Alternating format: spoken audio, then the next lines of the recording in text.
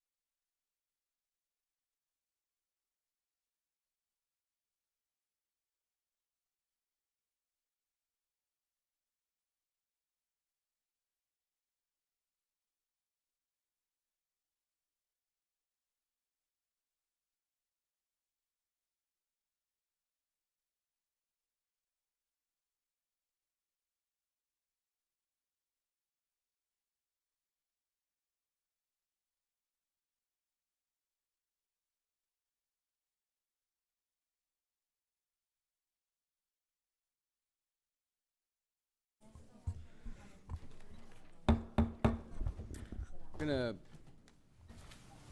call the meeting of the Boone County Board of Education to order. Please note that all board members are present. We'll stand for the Pledge of Allegiance.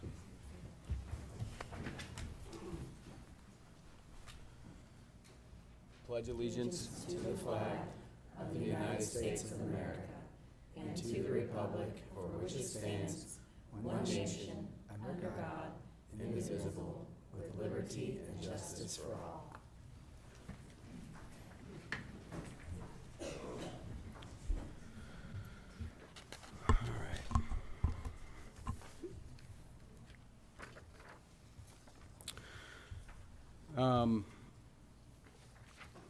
This week, our hearts are heavy with the weight of last weekend's tragedy on Ridgecrest Drive and its impact on our community.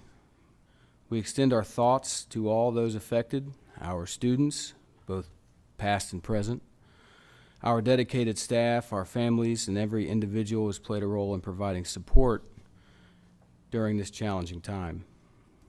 We acknowledge the counselors, first responders, neighbors, colleagues, classmates, and friends whose unwavering support have been a source of strength. We also thank Crossroads Church for opening its doors to this community for a night of prayer on Tuesday night. Your compassion and solidarity have been invaluable. In the face of adversity, our community has shown remarkable closeness and resilience. Together, we stand united, drawing strength from each other as we navigate this difficult period. Let us now observe a moment of silence to honor the lives lost and to reflect on the bonds that unite us in our shared commitment to support and uplift one another.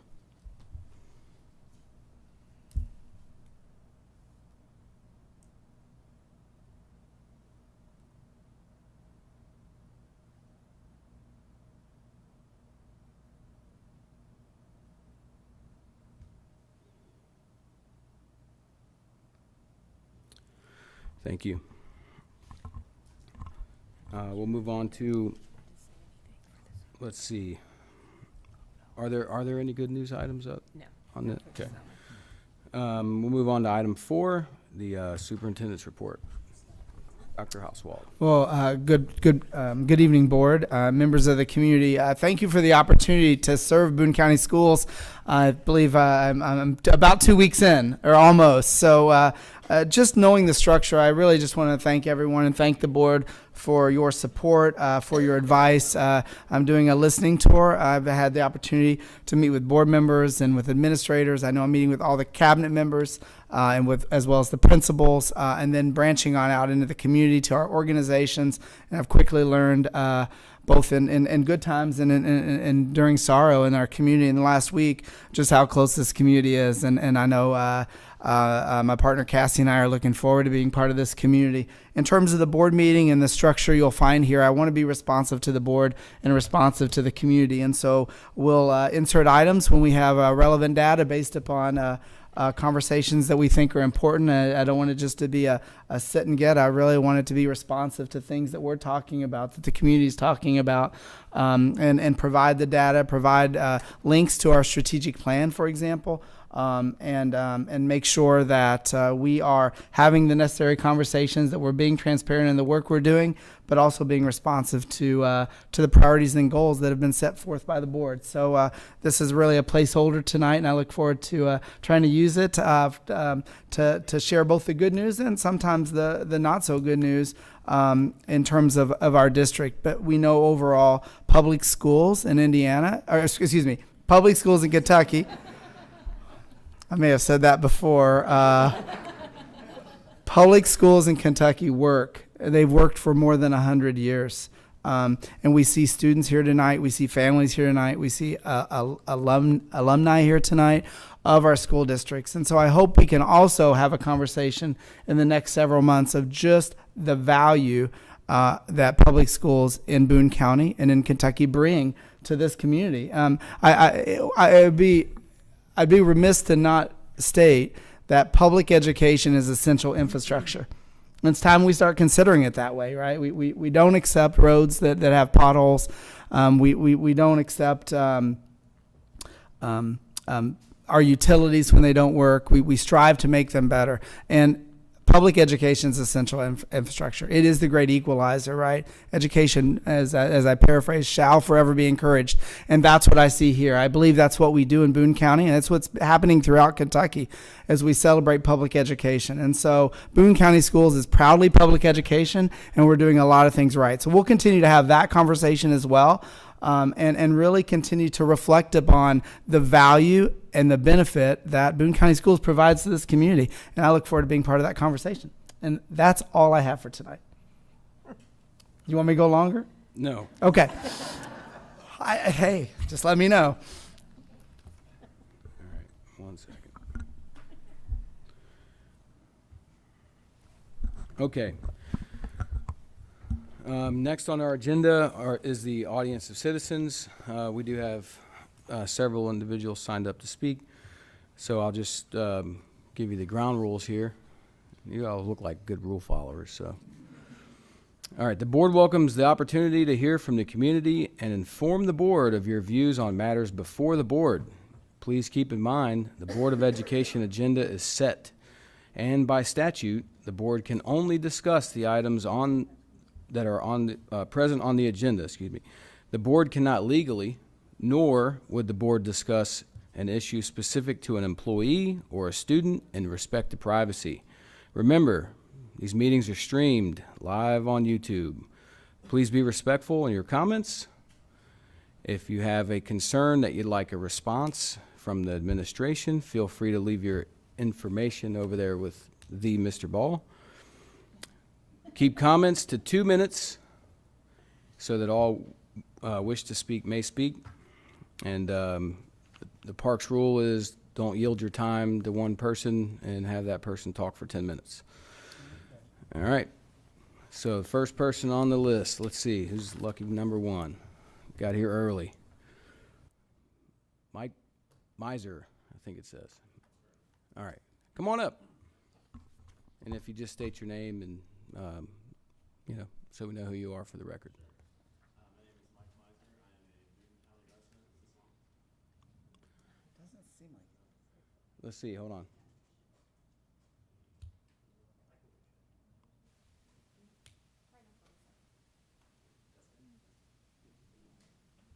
We'll get it handled. Technical difficulty. That sounds better. Thank you. My name is Mike Miser. I'm a Walton resident and the newly appointed program manager for Kentucky for 1 and 5. which is a Hyde Park nonprofit in the mental health education and suicide prevention space.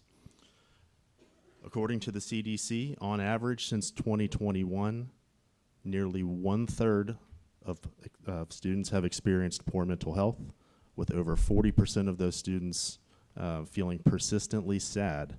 Over 20% have seriously considered suicide, and nearly 10% have made an attempt. LGBTQ+ and Black students have higher rates of suicide attempts. Poor mental health negatively impacts grades, decision-making, and physical health, all of which can lead to increased risk of drug use, experiencing violence, and higher risk sexual behaviors, leading to an additional increased risk of infectious disease and unintended pregnancy. The mission of 1 in 5 is to prevent suicide by erasing the stigma of mental illness and promoting optimal mental wellness. We aim to stop the stigma and start the conversation through a variety of mental health education and suicide prevention offerings. We are actively partnering with over 200 Cincinnati schools, and as we expand our footprint into Northern Kentucky, would be thrilled at the opportunity to partner with Boone County Schools as well. Thank you for your consideration. Thank you. All right, looks like Stephanie Thompson. Welcome. Is this good? Sounds good. Good evening. My name is Stephanie Thompson, and I'm a PIBOT parent advocating for the continuation of this team. Thank you for reading our emails and allowing us to speak to you today. First Robotics Competition, or FRC, describes itself as the ultimate sport for the mind. From the FRC website, quote, "Under strict rules and limited time and resources, teams of students are challenged to raise funds, design a team brand, hone teamwork skills, and build and program industrial-sized robots to play a difficult field game against like-minded competitors. It's as close to real-world engineering as a student can get," end quote. Those are college, career, and life readiness skills. You've read the impactful stories from students, alumni, mentors, and families, and tonight you'll hear more. If this decision were based purely on heartfelt stories, there would be no doubt about continuing the team. However, we understand that you must also consider budget, staffing, and overall district resources. But the team isn't asking the district for a lot of resources. They already have much of what they need. The FRC website lists these requirements for a competition team. 2 or more adult mentors, check. 10 or more high school students, check. Standard parts and materials for robot build, check. Funding from community sponsors, check.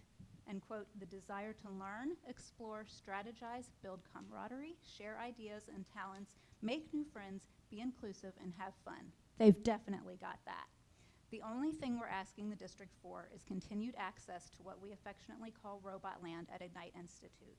We're coming together to request that you continue the Boone County Schools FRC Pibotics team. These kids are dedicated problem solvers who don't give up in the face of adversity, and that's why they're here tonight to continue to advocate for their team. Thank you for your time and consideration. Thank you. Chloe Wilson. Are you guys sitting in order? Yeah. That's we are. awesome. That's awesome. That's awesome. Right. Oh, my goodness. Go ahead, Ms. Wilson. Good evening, everyone. My name is Chloe, and I'm a sophomore from Ignite representing the 3814 Pibotics team. Today, I want to talk about how being a part of our robotics team has had a high impact on my mental health, as well as the mental health of my fellow students.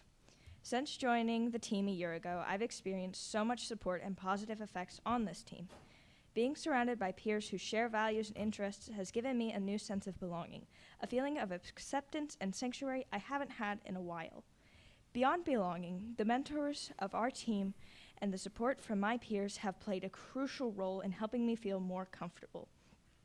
Their encouragement and guidance have helped me to embrace who I am and confidently pursue my interests in robotics and technology. The opportunities provided by our FRC robotics team have also given me a clear sense of purpose. Working together towards common goals and participating in competitions have shown me the impact that teamwork and perseverance can have in achieving success. And I know I'm not alone in experiencing these positive changes. I've seen my fellow students undergo similar transformations, growing in confidence, developing new skills, and forming meaningful connections through our shared experiences in robotics. In conclusion, being part of the 3814 Pybotics team has not only enriched my high school experience, but has also had a profound impact on my mental well-being and that of my peers. It's a community where we challenge ourselves, support each other, and grow together. Thank you for your time and for your support and for your supporting programs like ours that make a real difference in students' lives. Thank you. All right. I'm assuming you're Kayla. All right.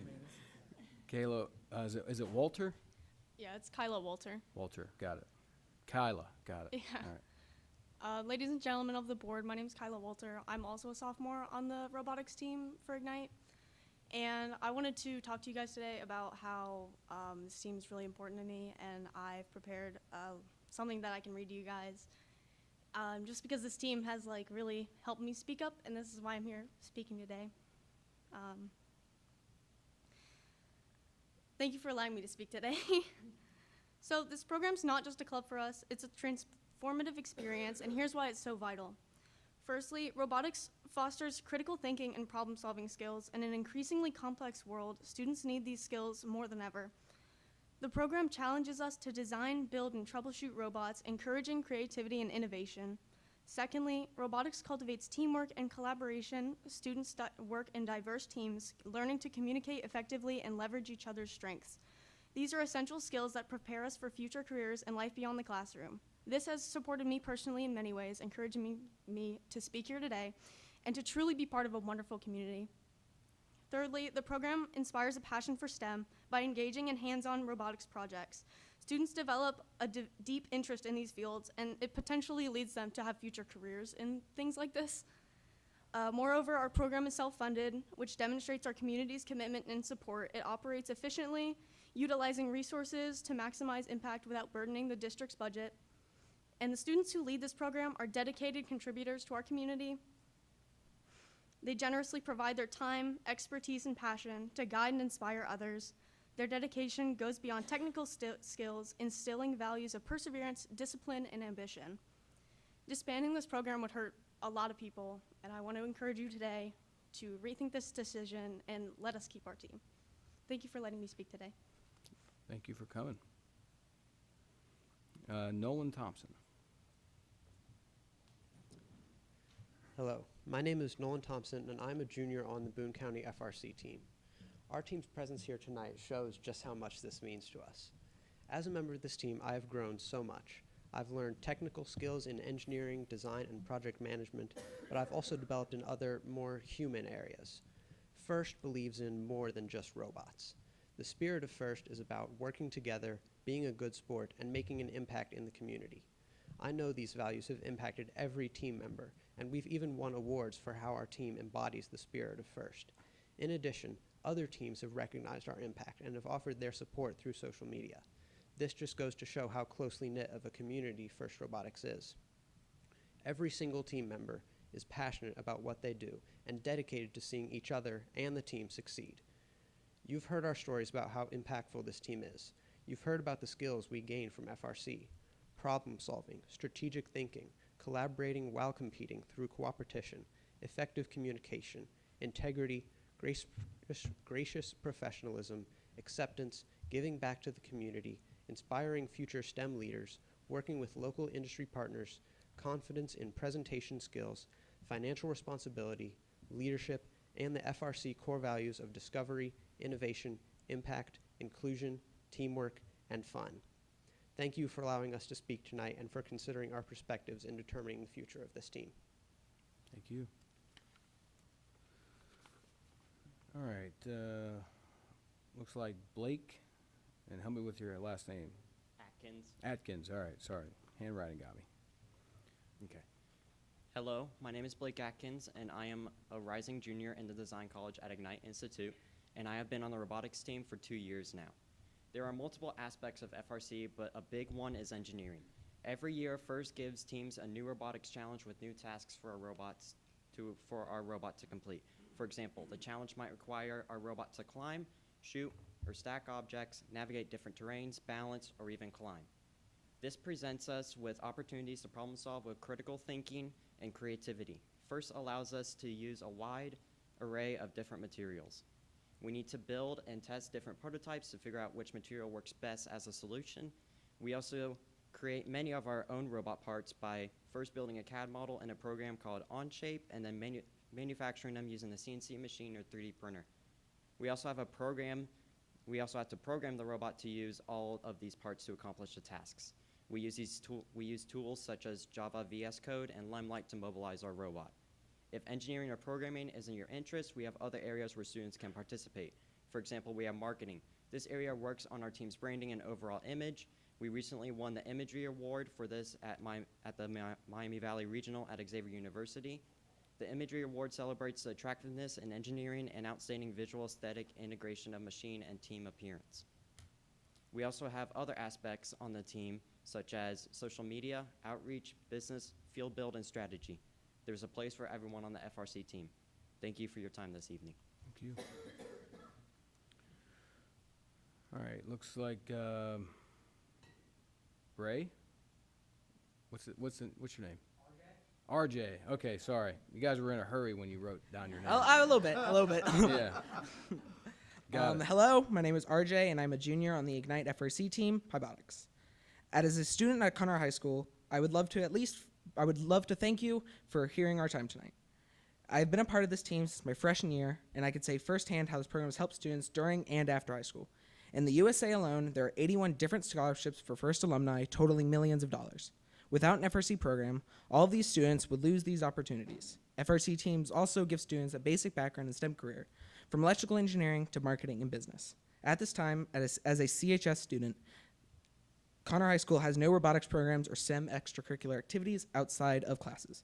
Without this amazing program, I and many other students will lose the opportunity to get these scholarships and internships following their senior year. Losing an FRC team would also mean losing the opportunity to connect with peers who share similar interests and passions. Being a part of the Ignite FRC team has allowed me to form connections with students who are just as enthusiastic about robotics and STEM fields as I am. These connections have not only enriched my high school experience, but have also opened up doors for future collaborations and networking opportunities. Without an FRC team, students at Conroe High School would miss out the chance to form these valuable connections and build a supportive community around their shared interests. Thank you. Thank you. Emma Wilson. Hello, my name is Emma. I am a junior on the Ignite FRC team. We take charge of everything, designing, building, and managing ourselves, which teaches us leadership, teamwork, and problem solving. We learn to handle real-world engineering challenges, manage our time, and communicate effectively. This hands-on experience gives us confidence and prepares us for future careers in STEM. More importantly, it instills a passion for innovation and collaboration. Being a student-run FRC team is about more than just robots. It's about shaping future leaders and innovators. Being a self-funded team through grants, fundraising, and donations is a unique and rewarding experience. We actively seek out grants, plan fundraising events, and reach out for donations, learning valuable skills in financial management and community engagement. This process teaches us persistence, creativity, and teamwork as we work together to secure the resources we need. It also fosters a deep appreciation for the support from our community and sponsors. Safety is a top priority for our team, and we are proud to have won the Safety All-Star Award twice. With our dedicated safety captain and strict adherence to the FIRST guidelines, we ensure a safe working environment. Safety is more than just following rules. It's about creating a culture of responsibility and care. This commitment allows us to work confidently and efficiently. We would love to invite the board and superintendent to one of our future practices. Thank you for listening. I'm in on that, for sure. Kim? And is it Freer? All right, got it.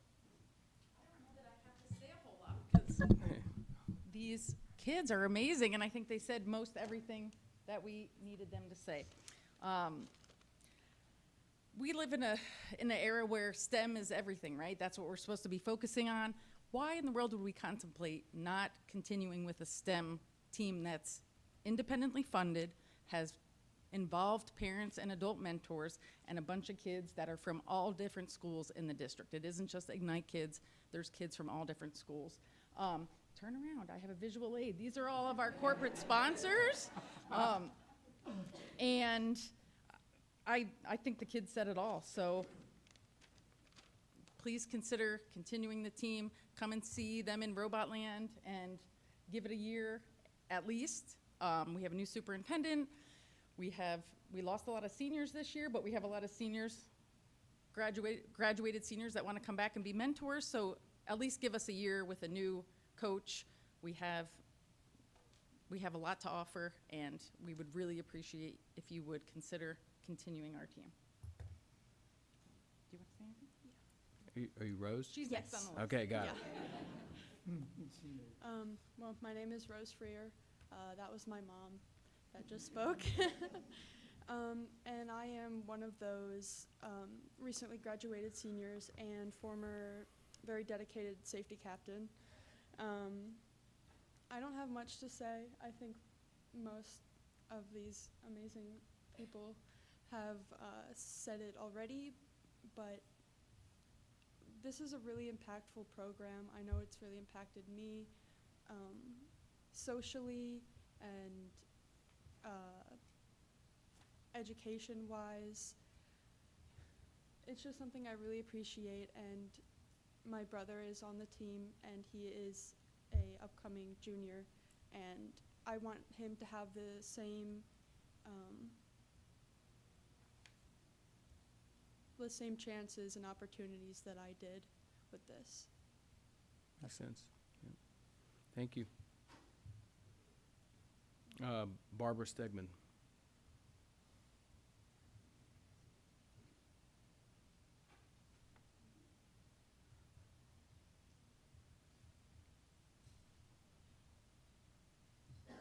Hi. Hi, my name is Barbara Stegman, and I'm actually here for a different reason, but with you guys. And I have to say, I was very intimidated by the cell phone, so I actually pulled something up so I can read, because I didn't want to look like a slacker. My name is Barbara Stegman, as I said. I am a parent of 2 Pi Bots. They graduated in 2018 and 2020. Both of my children loved Pi Bots. It was the one place that they found that they belonged. They were both in band in Boone County High School. They loved band, but they looked forward to going night after night during the season. These kids put in so many hours, you have no idea, and they do it willingly. And my sister will be talking afterwards. She has 2 that went through as well. And we've been out for years, and once when we heard that this was going on, we put our shirts on from 2015, and we came out. The other reason I'm here is because I'm also an elementary teacher at Stevens Elementary, and I currently am the coach of 3 FLL teams. I coach 4th and 5th grade. We have 30 kids involved in the program. There's 10 per team. We have a max on with the littles. And now I'll do my little quote. First, Lego League introduces science, technology, engineering, math, STEM to children ages 4 to 16 through fun, exciting, hands-on learning. Participants gain real-world problem-solving experiences through guided global robotics programs, helping today's students and teachers build a better future together. After this, they go to you guys. My students need to have something to look forward to. My students spend 2 years with me. They love it. They're excited about it. They ask about high school. They ask about the middle school. Camp Ernst used to have it. Then there was just COVID. But my students want to continue. They want to have this opportunity to join such an amazing group. And am I over my time? Sorry. Bye. Thank you. Looks like Deborah Peck. Is it Peck? Was it? Oh, Poole, sorry. Deborah Poole. Got it. Hi, I'm Deborah Poole. I'm Barbara's sister. My children graduated in 20 and 23. They were with Pibotics as well, and I was a mentor during their time as well. I want to talk about something completely different than what these guys have talked about. My son has high-functioning autism. he went to high school and joined the band. And I thought that would be great because I was a band member too, and that helped me grow as an individual. Band did not provide him what he needed. My sister introduced me to Pybotics. My son fell in love with it. He has social issues, he has organizational issues, and when he joined Pybotics, he transformed, and he loved to go to it every day. He hated going to school, but he wanted to go to Pybotics. And it helped him grow. He not only was able to experience the programming part of it, the engineering, but he thrived with the safety part of it. And actually, he finally became the safety captain either his junior or senior year. So he was able to come out of his shell. He actually went from not knowing how to talk to people to going up to people, shaking their hand and talking to them. For a child who has high-functioning autism, that is a huge, huge thing. And I would love for them to continue because this is one place that they will accept anybody and they will help everybody. My son is currently going to school to be an auto mechanic at Gateway, and he has put that safety knowledge to use. He's currently, he actually got certified tech at Valvoline just 2 weeks ago. So he is thriving and wanting to become something. And that could not have happened with just band because band at his high school did not give him what he needed. Pybotics gave him what he needed. And my daughter did great too, but she didn't have any issues. She was normal and she does great. But she did say that Pybotics gave her leadership skills and she is in school currently to become a police officer. Nice. So I'm proud of both of them. And this group is key to a lot of kids and they do not ask a dime from the board. So thank you. Thank you. Kylie Brinson.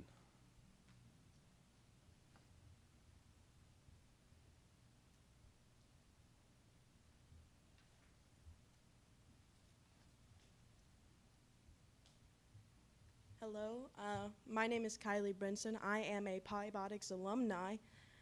A little bit of background, I did start off at FLL in the elementary school, then I went on to FRC all of my high school years. Because of FRC, I am now on a full ride scholarship to the University of Cincinnati where I'm majoring in mechanical engineering with a minor in robotics, of course. It's what I love, it's what I do. I am also currently working at Toyota Motor Manufacturing, Kentucky, where I work their robotics department for them, even though I haven't graduated college yet. That opportunity would not be possible for me without FRC. Simply put, it was my sport, essentially. I did swim for Boone County High School as well, but FRC is really what got me out there. It is what got me talking to companies and communities. It taught me leadership and everything else. And I feel that that is an opportunity that every student in Boone County School District needs. And that's the great thing about FRC. It is open to every school in the district. That's all I have. I think the students summed up everything else really nicely. Thank you. Thank you. And Sarah Nepper?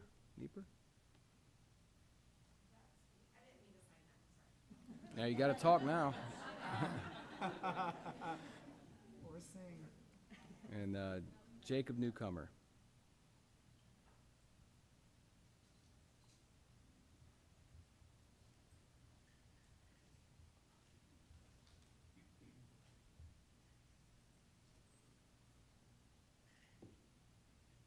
Hello, I'm Jacob Newcomer. I'm an engineering mentor with the team. I actually work at Duke Energy. I'm a professional engineer there, electrical engineering. I thought I'd share my perspective, I guess, from the industry side of things when it comes to FIRST. From my experience, I don't have any kids in the program. I basically just want to try to better the community by getting more STEM interest out to students in a world where we sorely need more engineers. And I don't see a lot of other extracurricular activities at school that really give students an opportunity to work with real-world engineers. It's great that they can work with extremely smart educators that have engineering degrees, but it's rare that they have an opportunity to work with an electrical engineer at Duke Energy or with an electrical engineer from Regal or a manufacturer engineer or anything like that. So I figured I'd share those thoughts. Thank you. Thank you. All right, that's the end of our folks that have signed up. Anyone else that would like the chance to address the board? Have at it. Just state your name. Hello, my name is Corbin Rehill. I am a alumni of Boone County Schools and of Pybotics from the 2018 to 2020 seasons. And while I spent only 2 years with the team, FRC is the kind of experience that, again, as Mr. Newcomer said, is the kind of thing that can really change your life. Neither of my parents graduated college. My grandparents didn't even graduate high school. But my dad found Pybotics while I was in middle school, and my separated parents were willing to bring me to multiple meetings for 10 hours a week to come and learn how to program a robot in industry standard languages that are used around the world today that get people recruited to top tier universities. Currently, I'm majoring in computer science at the Rochester Institute of Technology, which has a number of career opportunities that I would otherwise not be afforded. They also have a $10,000 FRC alumni scholarship that I did not personally need, but every other high achieving student that I've seen at RIT in computer science is an alumni of an FRC team somewhere else. If you remove Pybotics from the district, you are taking that opportunity to compete on a global scale away from these kids, away from kids like my 7-year-old brother at home who goes to Gailey Elementary School, who loves watching Mark Rober on YouTube, loves putting our little build boxes together, and would love to continue discovering the world and learning more each day like Boone County wants from all of their students. Thank you. Thank you. Anyone else?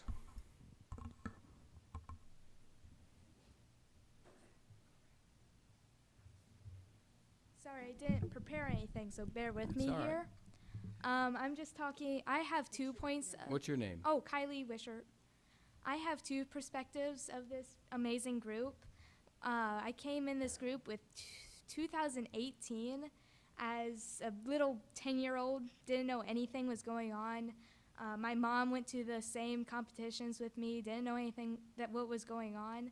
And then after our first competition, we just had to find interest in it. My brother was on the team at the time, and we just wanted to get more involved. So when I became a freshman, I joined the team, and I don't regret anything. I love this team so much.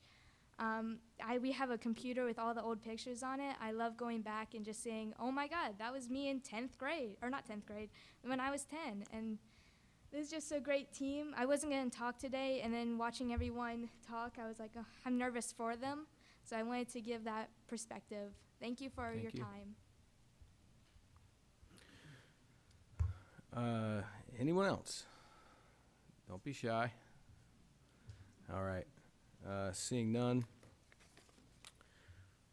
Let's see here.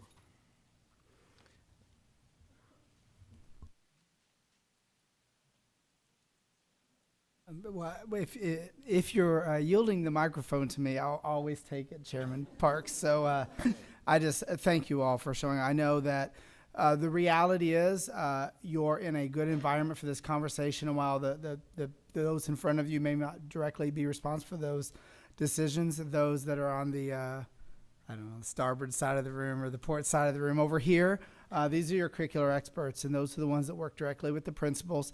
And I know they were taking notes, and I know they heard every single word you said. So we really appreciate that. Just a point of clarification. I know one of you said rethink the decision, another of you mentioned contemplation. And so I know there's contemplation going on, and your feedback is very, very helpful. A decision has not been reached.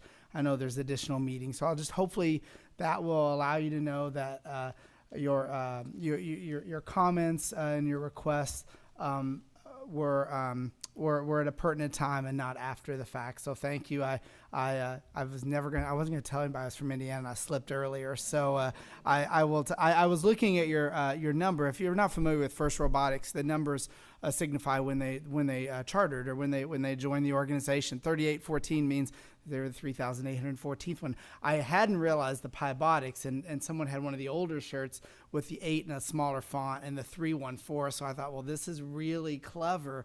And this is the marketing geniuses of that. I will tell you that I've had the opportunity to attend many of the state final competitions. We hosted many of them in one of my former jobs. I had an opportunity to speak and to learn, and I know that there's anticipation prior to the January 4th, 2025, I believe, where they roll out and the excitement of that, and also the stress and how frantic it is, and just seeing the leadership and the independence and the team skills it supports, and with those aspirations of qualifying for usually mid-August or mid-April, around the Ides of April. I know that the competitions in Houston. The group that I helped support was group number 45. So yeah, and there was a secret I'll tell you all, that if you were a charter member and you were there when it started, you got to go to World every year. So the Technicats got to go to World every year. There were only about 6 to 8 left, and I will tell you that I realized that there's a variety of skill sets. It's not just engineering, the safety coordinators, the marketing, the business, and when you attend the open house and the competitions, you realize all the skill sets that are developed. And we know that when students go into, whether it's post-secondary education or the skill set, we're oftentimes encouraging them to develop kind of these loose couplings and skill sets, right? Or if you're getting get something in the social science to go with the skill set you're developing in your major degree, or all of those different things. And we see those loose couplings and those skill sets developed through the robotics team. So what I'll tell you is that you've been heard. If you really believe there's additional things to add, if you'll call the landline, the main number at the I don't know what it's called, the head shed, the superintendent's office. Who knows? Everyone has a name for it. There is a process for expressed concerns that could also be relayed if you have additional information. But most importantly, your scripted comments will be considered with the group over here that's considering the decisions. But no decisions made yet. But your comments were very very spot on and very much appreciated. Is that fair? Okay. Mr. Parks, I'd like to say one thing really quick to the students. I've seen you guys practice or build. My daughter has been on VEX, so I get to see you all in action. And I have to say, it's impressive to see all the hard work and the many, many, many hours you all put into this. So I know how dedicated you all are. And thank you all for doing that and coming in and speaking up for your team. All right. We're going to move on to the recommended action consent agenda. That's item 6. And it's items A through FF. Dr. Hauswald.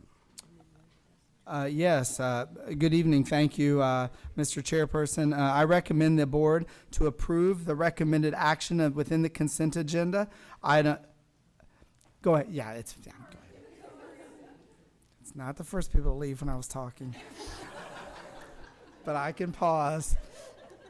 Story of my life. Just walk away, Renee. Thank you. Thank you all. Okay. Again, thank you, Mr. Chairperson. I recommend the board to approve the recommended action consent agenda, which contains items A through FF as presented, with the treasurer's report by Ms. Linda Schild. Thank you. We began the month of June with a adjusted cash balance of $63,436,000. That adjustment, there was an adjustment included in there where the board had approved us to designate $4 million for the potential purchase of property. So just wanted you to know that's included. We had $8,546,000 in receipts for the month. We had $27,579,000 in expenditures. We had a net decrease in cash for the month of $19,032,000. Leaves us with a cash balance of $44,403,000. Of course, the month of June is the month that we issue all what we refer to as the summer paychecks for all of our employees that work school year only. So that is why that number is so big. I want to talk in terms of, this is the end of the year, so I have some notes where I make reference to what has happened in the year, not just in the month of June. The ending cash balance is comparable to the balance last year at this time. It is just about $387,000 lower. I have some factors that I'd like you to consider. We do have outstanding purchase orders of $4.2 million that are unfulfilled and are carrying over into the next school year. Our general fund resources have been preserved by when the board approved us to use building fund resources to fund expenses for flooring, fuel tank removal, a large scoreboard, LED lighting, and a drainage issue. These normally would have been funded out of the general fund. Those expenses totaled about $998,000. We were awarded LAVEC funds by the state, and that helped to reduce our contribution out of the general fund to operate the Ignite Institute.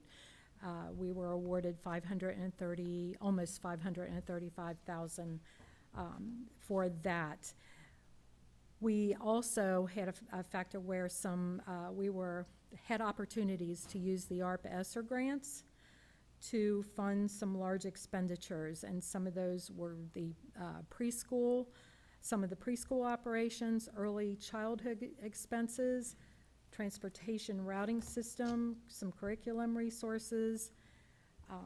So that all played into having a cash balance that is comparable to the level last year. Some specific items for the month is we did collect $582,000 in lieu of taxes from GE. They are a designated foreign trade zone, and this payment was 4 years in arrears. We received $1.5 million of occupation license taxes. We also received in the year, not in the month, but in the year, our first in lieu of tax payment from Churchill Downs for the Turfway Racetrack facility. So we will continue to receive that prospectively. Our transfer made to the Ignite Fund is estimated. We have some work to do in finalizing that, but right now that is estimated at $1.7 million.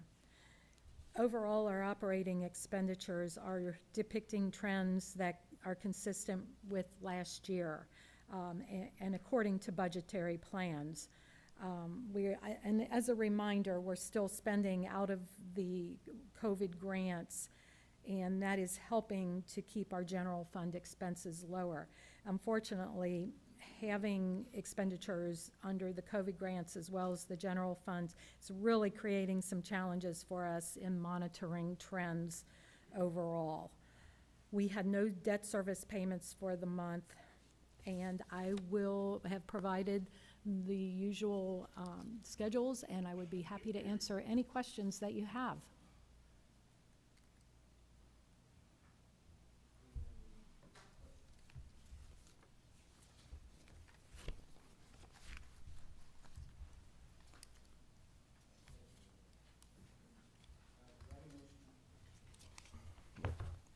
Do I have a motion to approve the consent agenda items A through FF as recommended? Motion.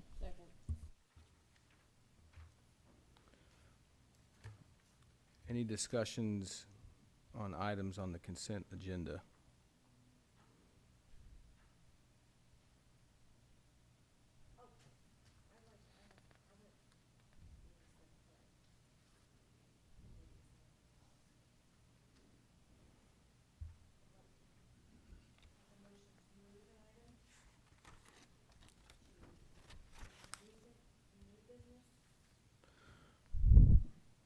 All right, which item?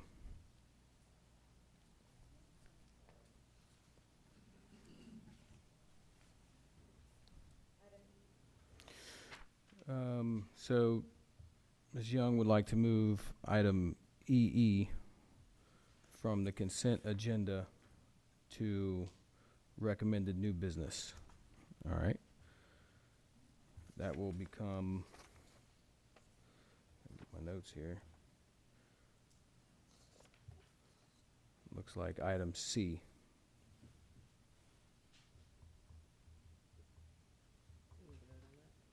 No? Anyone can remove something from the consent agenda.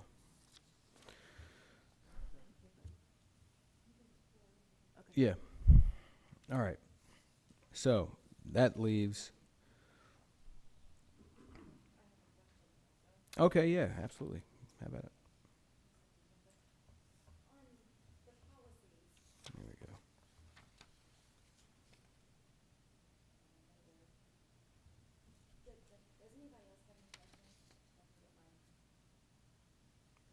Yeah, I do. Just a very quick one on item V, facilities tech surplus. This was a listing of a lot of technology that's been declared surplus around the district through various buildings.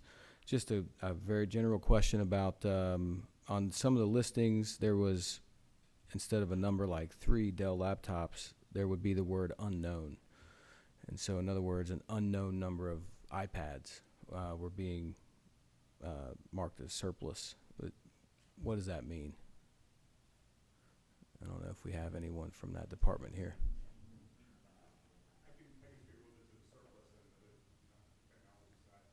Often once we receive it in the warehouse with that paperwork from IT, it's usually unknown, means it's in parts. So it's in parts and pieces. We know what it started as, what it started like. I see. But it's not a hard count. That's true. Okay, that makes a lot of sense, yeah. Thank you. Yeah, thanks, Mr. Razor. Ms. Young? Got it. Anyone else have any questions on items A through FF minus EE that was pulled? All right.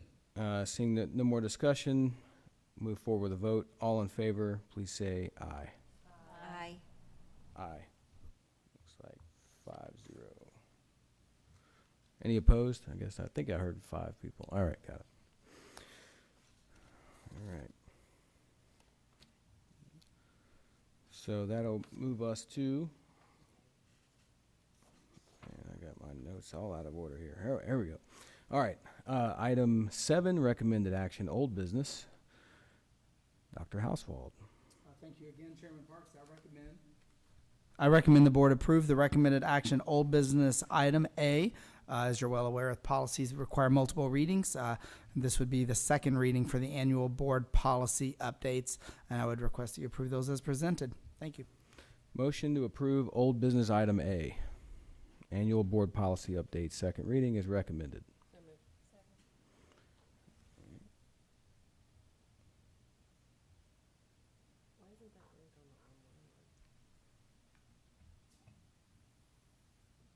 I don't know.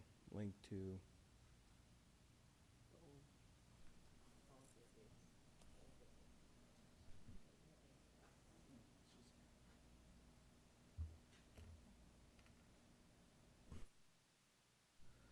I have a question when you're ready.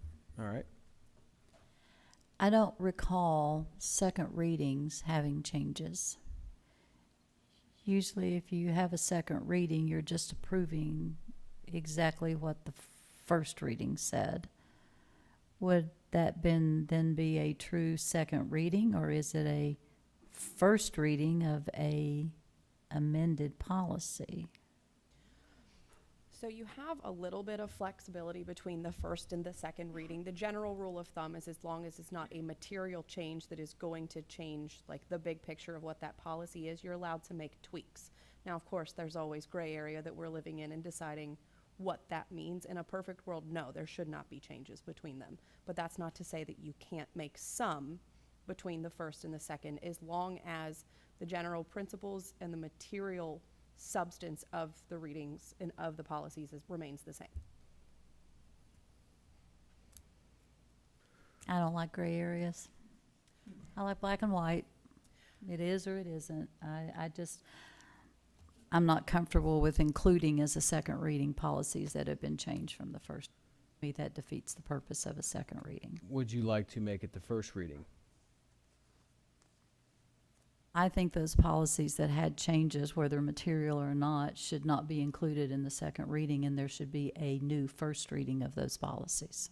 That's my personal opinion, as a point of order. I'm happy to do that. If there were changes, we can make this now the first reading, and then at the next board meeting, we'll have a second reading. Would that be acceptable? Yeah, but you still have things in there that you're doing a second reading of. I think those, anything that was noted as a change needs to be removed from this item as a second reading. A new item be created as a first reading. I don't think you can accomplish that unless you amend your motion that anything that has a change in it is now a first reading, and anything that remained the same is a second reading. But that, again, is very convoluted and gray. Sounds like you'd like to make a motion? Yeah, I would like to amend the motion that only the items be included for a true second policy reading that have had no changes. And I don't know if I have to then make a second motion to any policies included in item A now has their own first reading as a separate motion. So first, because there's already a motion on the floor, that one has to be voted upon. So if the rest of the board is on board, that was poor pun, is on board with moving forward with splitting the policies to another first reading and a second reading, the motion that is currently pending, which is to approve them all, must fail. So if you'd like to call that one for a vote first, then you can move forward with Ms. Bird's. You'll have to make two motions. Unless it's withdrawn. You can do that too, sure. So would the people that made the original motion like to withdraw or move forward with a vote? That was you or Wolf. my second. Withdraw. Okay, All there right. we go. That works too. There we go. Now, Ms. Bird has proposed a motion to make any of the edits a first reading. For the minutes, I'm sorry, I hate to be a stickler, but I we'll would- have to I appreciate identify it. which policies specifically. All I right. mean, I can tell you, I made a small change to policy conduct on the bus. Three that are highlighted on the memo. Okay. With the asterisk that Oh, changes. great, then it's already reduced to that writing. All right, then if we could just have that written so that the minutes at least reflect it, because we'll have to be very specific about it. We should just Yeah. state the changes. If you'd like to do that, Ms. Bird, since it's your motion. Okay, I would like to make a motion that policies 03.23251, 03.13251, looking for the third asterisk. That's tricky. 06.34 be approved for first reading with the changes as provided. Okay, so the motion is those, That'll be a separate the first motion is those policies that were read by Ms. Bird be approved as a or be moved forward as a first reading. Anyone who want to second the motion? Ms. Wolf seconds that motion. All right, all in favor of that motion? Aye. Aye. I got a question. Questions are good? Come on. Okay. On C, the KSBA policy changes for Boone County. On page 60, under school/business partnerships, the board shall participate in partnership programs sponsored by the Chamber of Commerce. Are those the edited ones that we're talking about now? Or Okay, will is they that be? what we're voting on? We're voting on the We're three. talking about the edited ones. Okay. That's all right. It's confusing. All right, sorry.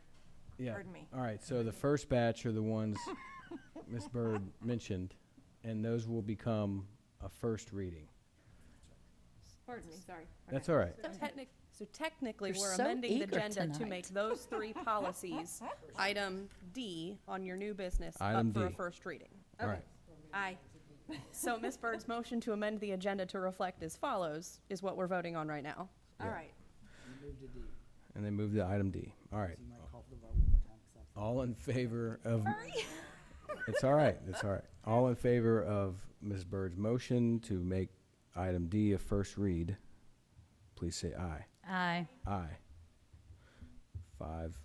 All of us? We good? Okay. All right. Now, Ms. Byrd. I would like to make a motion that the annual policy updates minus the 3 policies pulled be approved for second reading as presented. Do we need to name those policies? Okay. Just making sure. If I'm you not want to, you reading all of can, but those. no. All right. I'm gonna work this hard, you're gonna have to work hard. We'll give you a minute to catch Look, up here. I came in here with a super duty bag of cough drops, just hoping I get through the meeting, so. All right. You good? Yes. All in favor of the motion to continue the leftover items as a second read, please say aye. But she had a question. Question. All right, any discussion? All right. Thank you. Okay, so item C, page 60. And I lost it. Under school/business partnerships, the board shall participate in partnership programs sponsored by the Chamber of Commerce. Can I get some explanation on on that part? On why we're adding? I don't have the policy in front of me. On, it's 10.3. Okay, and then was it adopted by KSBA, or was it one that was written by various departments? What'd you say it was again? I'm sorry. C. 10.3. It was item C. Policy 10.3. Item C on. 10.3 is under the list, adopt was written by I think I'm getting confused when she's saying C, so that's. Oh, why I'm I- sorry. It's attachment C. Attachment C, sorry. That's what I. That was our changes. That was not KSBA Okay, changes. Yeah, I thought they were ours. So, Or the district changes, so. who came up with Community this? organizations? Hmm? Is that what you had? It was under Right. school/business partnerships. So it is interesting that it says shall, Shall, so why are we? and that yeah. commits us to paying dues.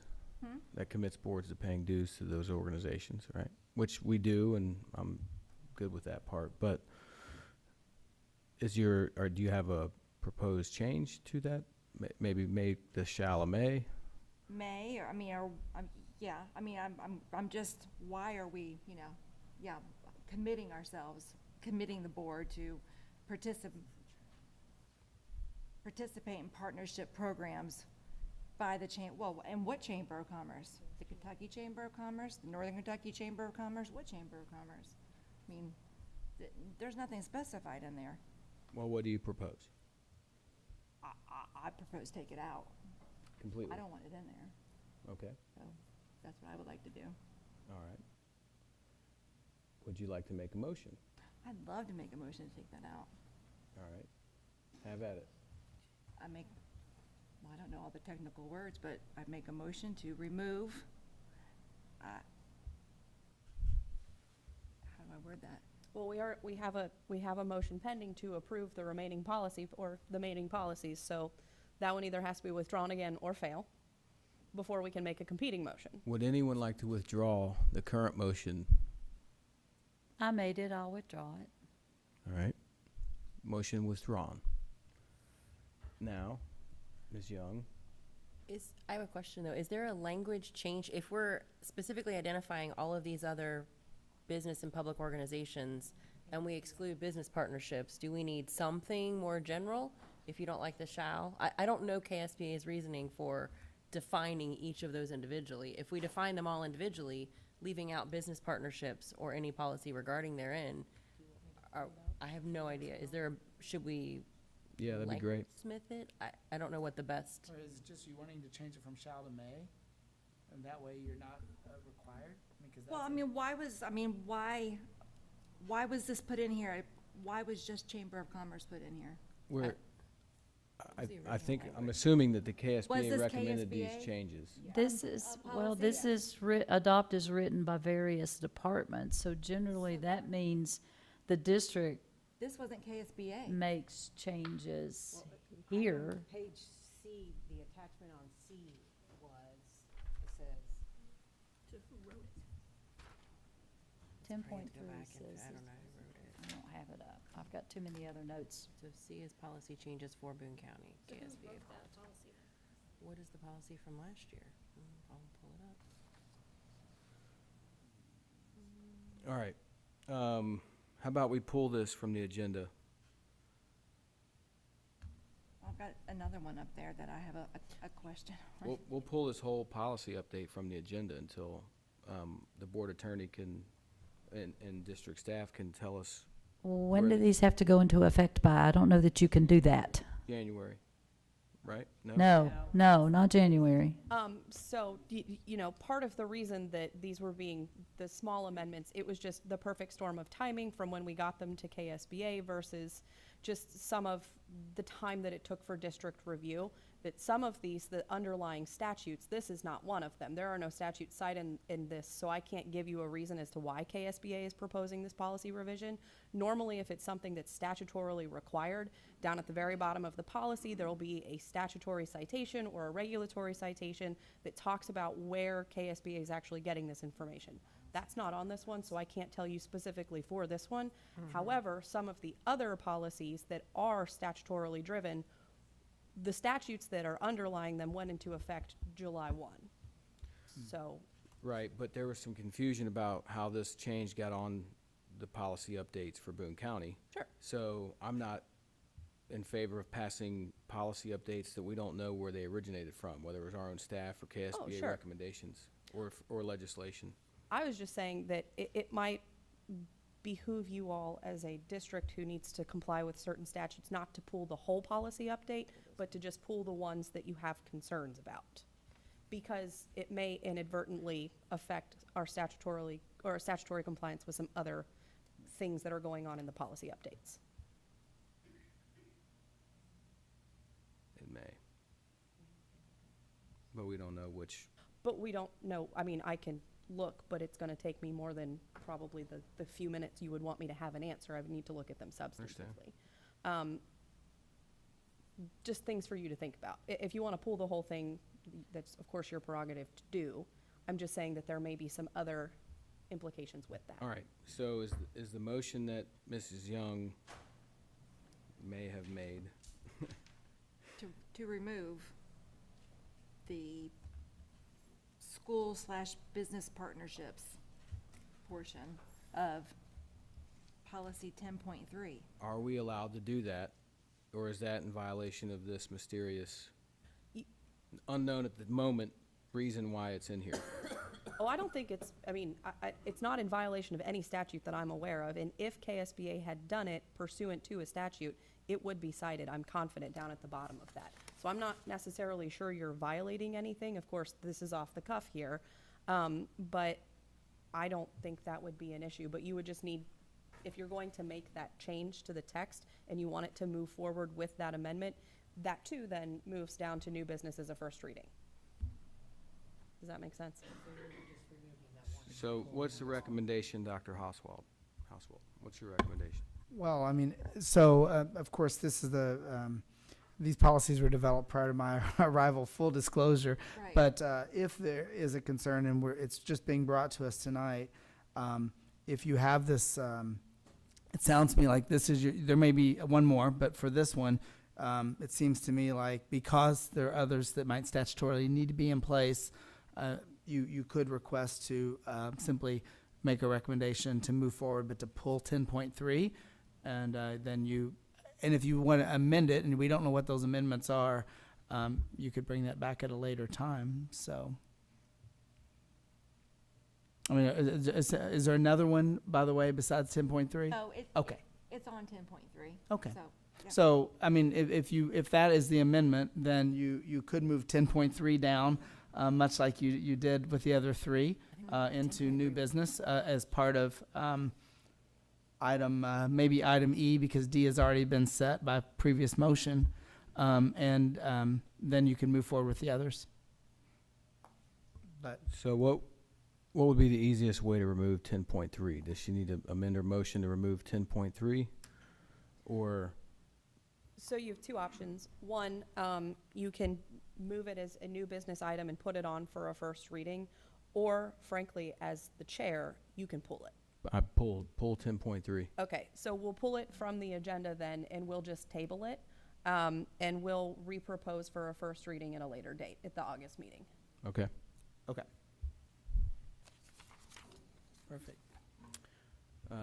Thank you, Mrs. Young. I will say for historical reference, usually our Chamber of Commerce Association is within Northern Kentucky as part of our region. Well, I understand that. I mean, but on the consent agenda, Kentucky Chamber of Commerce was on there, a membership. So that just leaves that open. It's not specified. So, and then that's just leaving it on there that now we're tied to. It's board policy that we're tied. Okay. To partnership, so. All right. So, do we call for a vote as amended? All right. So, yeah, all in favor of what item? Are we old business? Item A as amended. Yep. All in favor, please say aye. Aye. Aye. All right, 5-0. Okay, that was exciting. All right. Wow. So whoever said policy wasn't fun? Right. Okay, we're going to move on to item 8, recommended action, new business item A, Dr. Hauswald.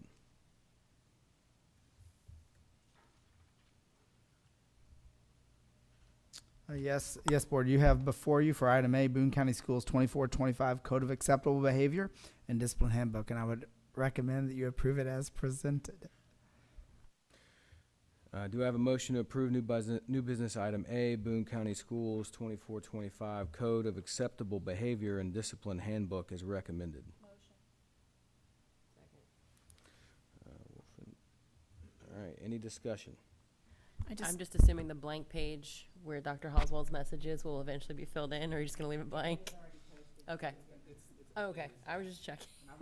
It's your chance to speak, so I figured you could put pages in there. I just wanted to point out, so the community's aware that one of the biggest changes was the change adding the elementary school element to it. That was something that elementary school principals were asking for, and changing tiers to levels. So there was a lot of work that's gone into this, lots of work. I think the last meeting we had was 3 hours long. So it's been a labor of love, I think. So I'm very proud of it.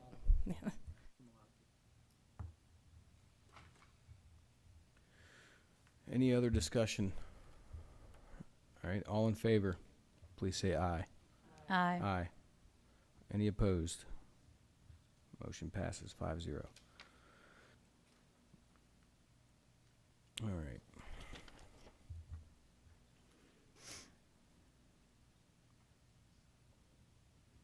We'll move on to item agenda 8. Recommended new business item B, Dr. Hauswald.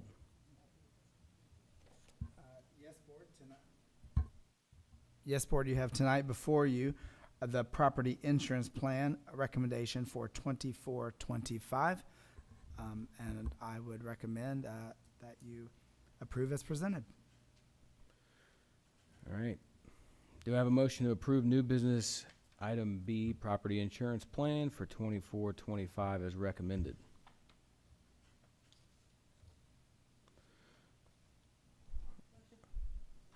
Ms. Young.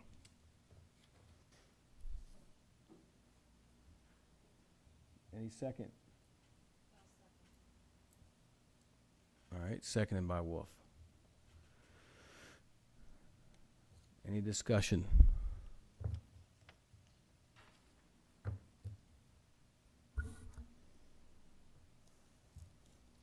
Everybody's looking at me, so here I go.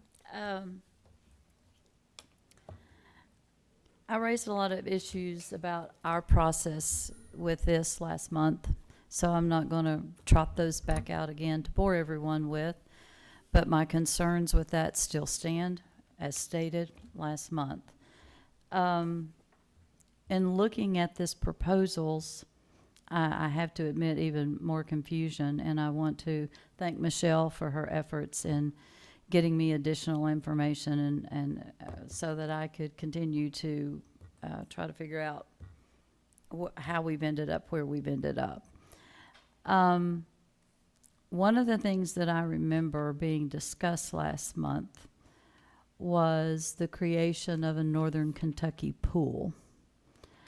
That would benefit us because of our less claims that we have as a region compared to Western Kentucky, prone to tornadoes, or Eastern Kentucky, prone to flooding. And the way that the business works, I mean, you know that your costs go up if assessments are occurring elsewhere. It happens with my homeowners, it happens with yours, it happens with workers' comp, and things like that. But one thing I was disappointed in first of all, I was disappointed that this didn't hit the agenda till very late in the day, a couple of days ago, and there was no information attached with it. Second thing was, when I got the information, I still don't know where we are. My biggest driving question has been, when our former policy expired, it had an expiration date of June 30th, did the district even have coverage? Because all the action the board took in June was to name a new broker of record. And that was it. There was no contract signed, there was no policy presented, there were no funds approved for expenditure. So I went on my quest to make sure that this district that I love and breathe and have given 30 years of my life to was protected, and I didn't have a comfort level that we were. And I still don't have a comfort level that on July the 11th, as of July 1st, the district had coverage. I still have seen very little proof that as of July 1, we did have any property or casualty or liability coverage. And then I was looking at the proposals of a Liberty Mutual policy with a $25,000 deductible. That was like $2.8 million, which was basically one of the policies that our former broker had presented to us. It didn't seem any different. I know that their recommended proposal at the time in May was like a $2.6 million proposal that had a higher deductible, so we could save a little bit on the premium costs. But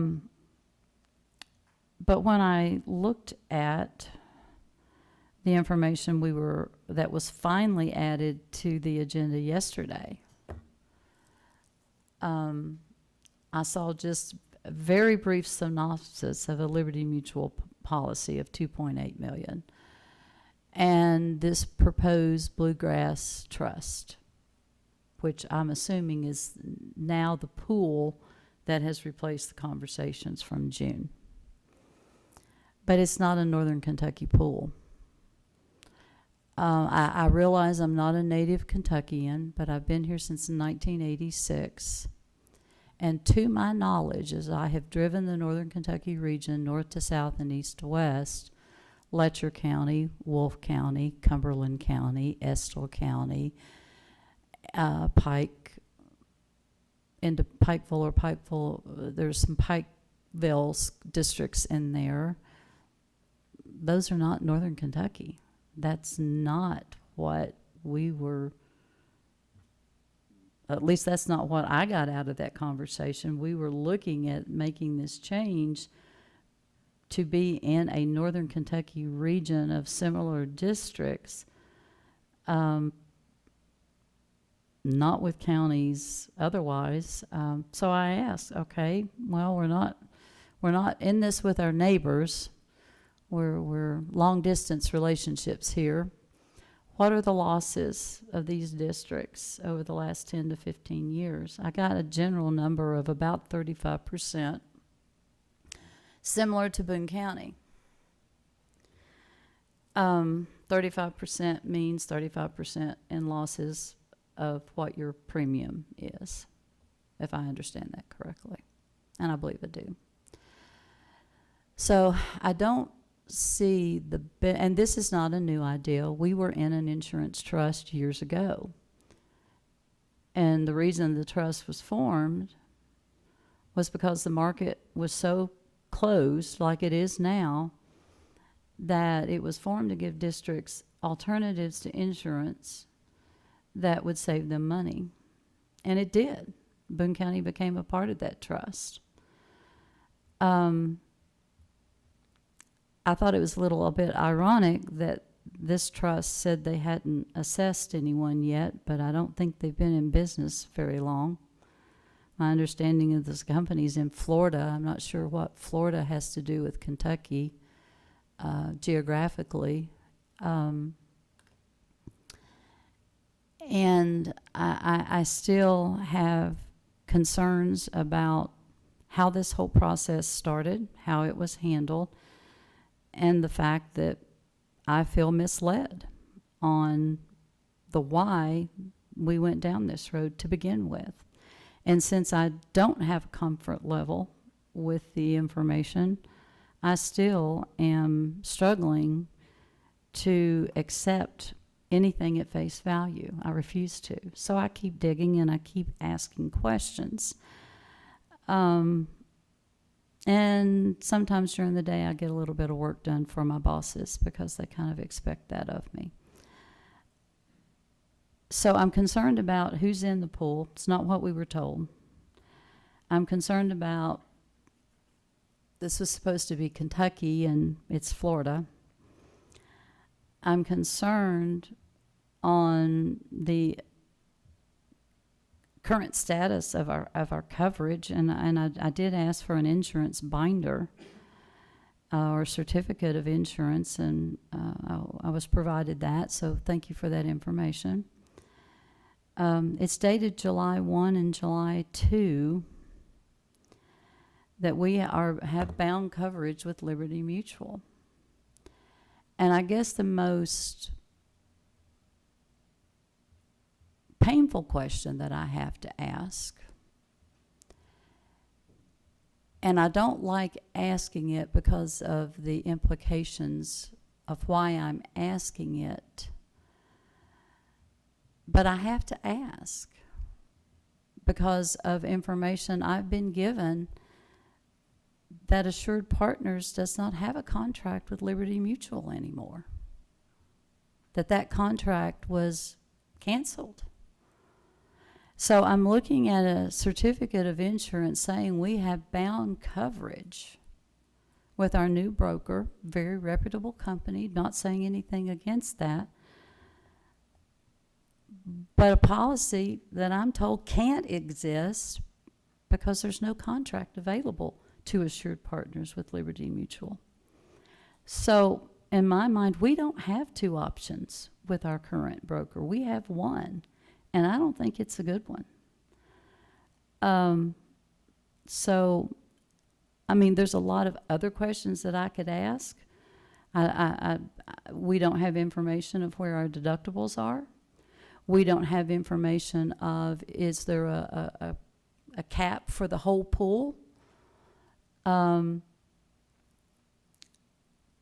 had information from one of the proposals to join that was rejected that said it was a $500 million cap.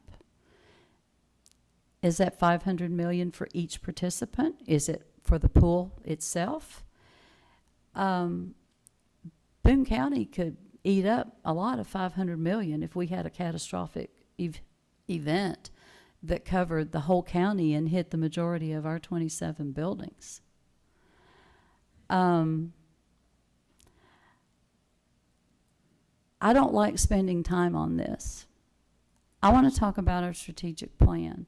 I want to talk about where we're going with our English language learners and how we're going to figure out how to do universal preschool and get our legislature to back that for all 3-year-olds and 4-year-olds that desperately need barriers to education removed so they can go on to be the next Pybotics team.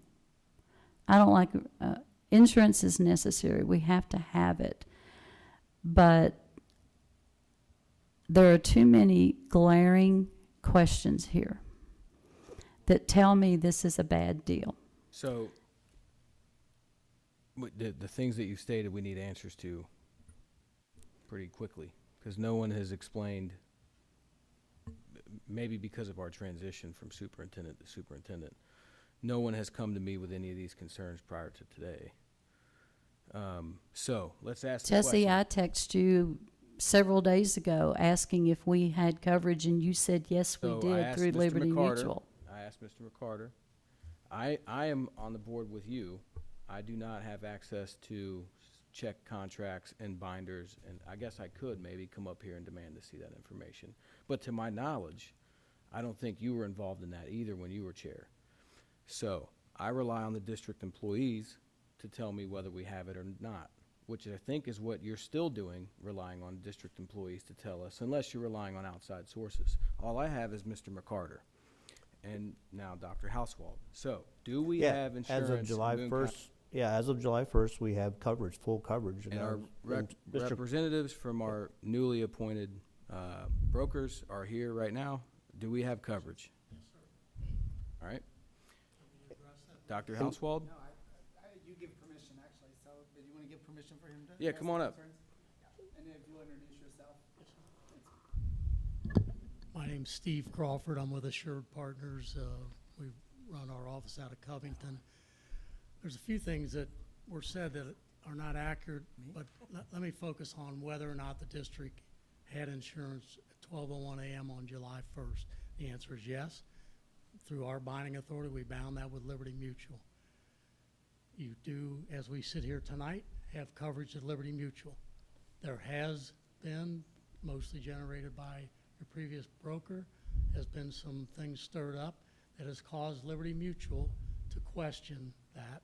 And because Liberty Mutual is so angry at us, I'll say me, but us, about bringing this pool and competition to them, they have threatened to pull our contract. Right now, I'm not, I have something I can read to you because it's in litigation right now. And my attorney is not allowing me to say what I'd really like to say. But I'd be happy to read a prepared statement if that'll help clear some of this up. But I wish you would. unequivocally, the Boone County Board of Ed had it on 12/01 July 1st, and they have it tonight with Liberty Mutual Insurance. Your decision tonight before you is an alternative to that, just like the 25 districts that I believe was provided to the board who have made that decision before. One of the challenges we faced is we became late to the game that you guys were looking for a different broker. We only got approved a month ago, I think tonight. So I don't believe, at least not from my mouth, that you heard anything about a pool the night I was here. Now, you may have heard it from other districts. In fact, because- we didn't approve a pool. We approved a new That's correct. broker. Yeah, and I That's never correct. mentioned the pool. I don't believe that. No. If I did, I was out of line. Because at that point, first of all, we didn't even know whether we could get you in the pool. We didn't even have enough information. We just began gathering information a month ago. So, fast forward, the 25 districts that we've been working with for whatever period of time. All those districts, by the way, we are customers of ours. So we had all their data. We were easy to build a pool around them. We presented that pool to 36 districts. Out of 36, 25 took it. Why not all of them? I think I responded to a question about 2 in particular, why they didn't join.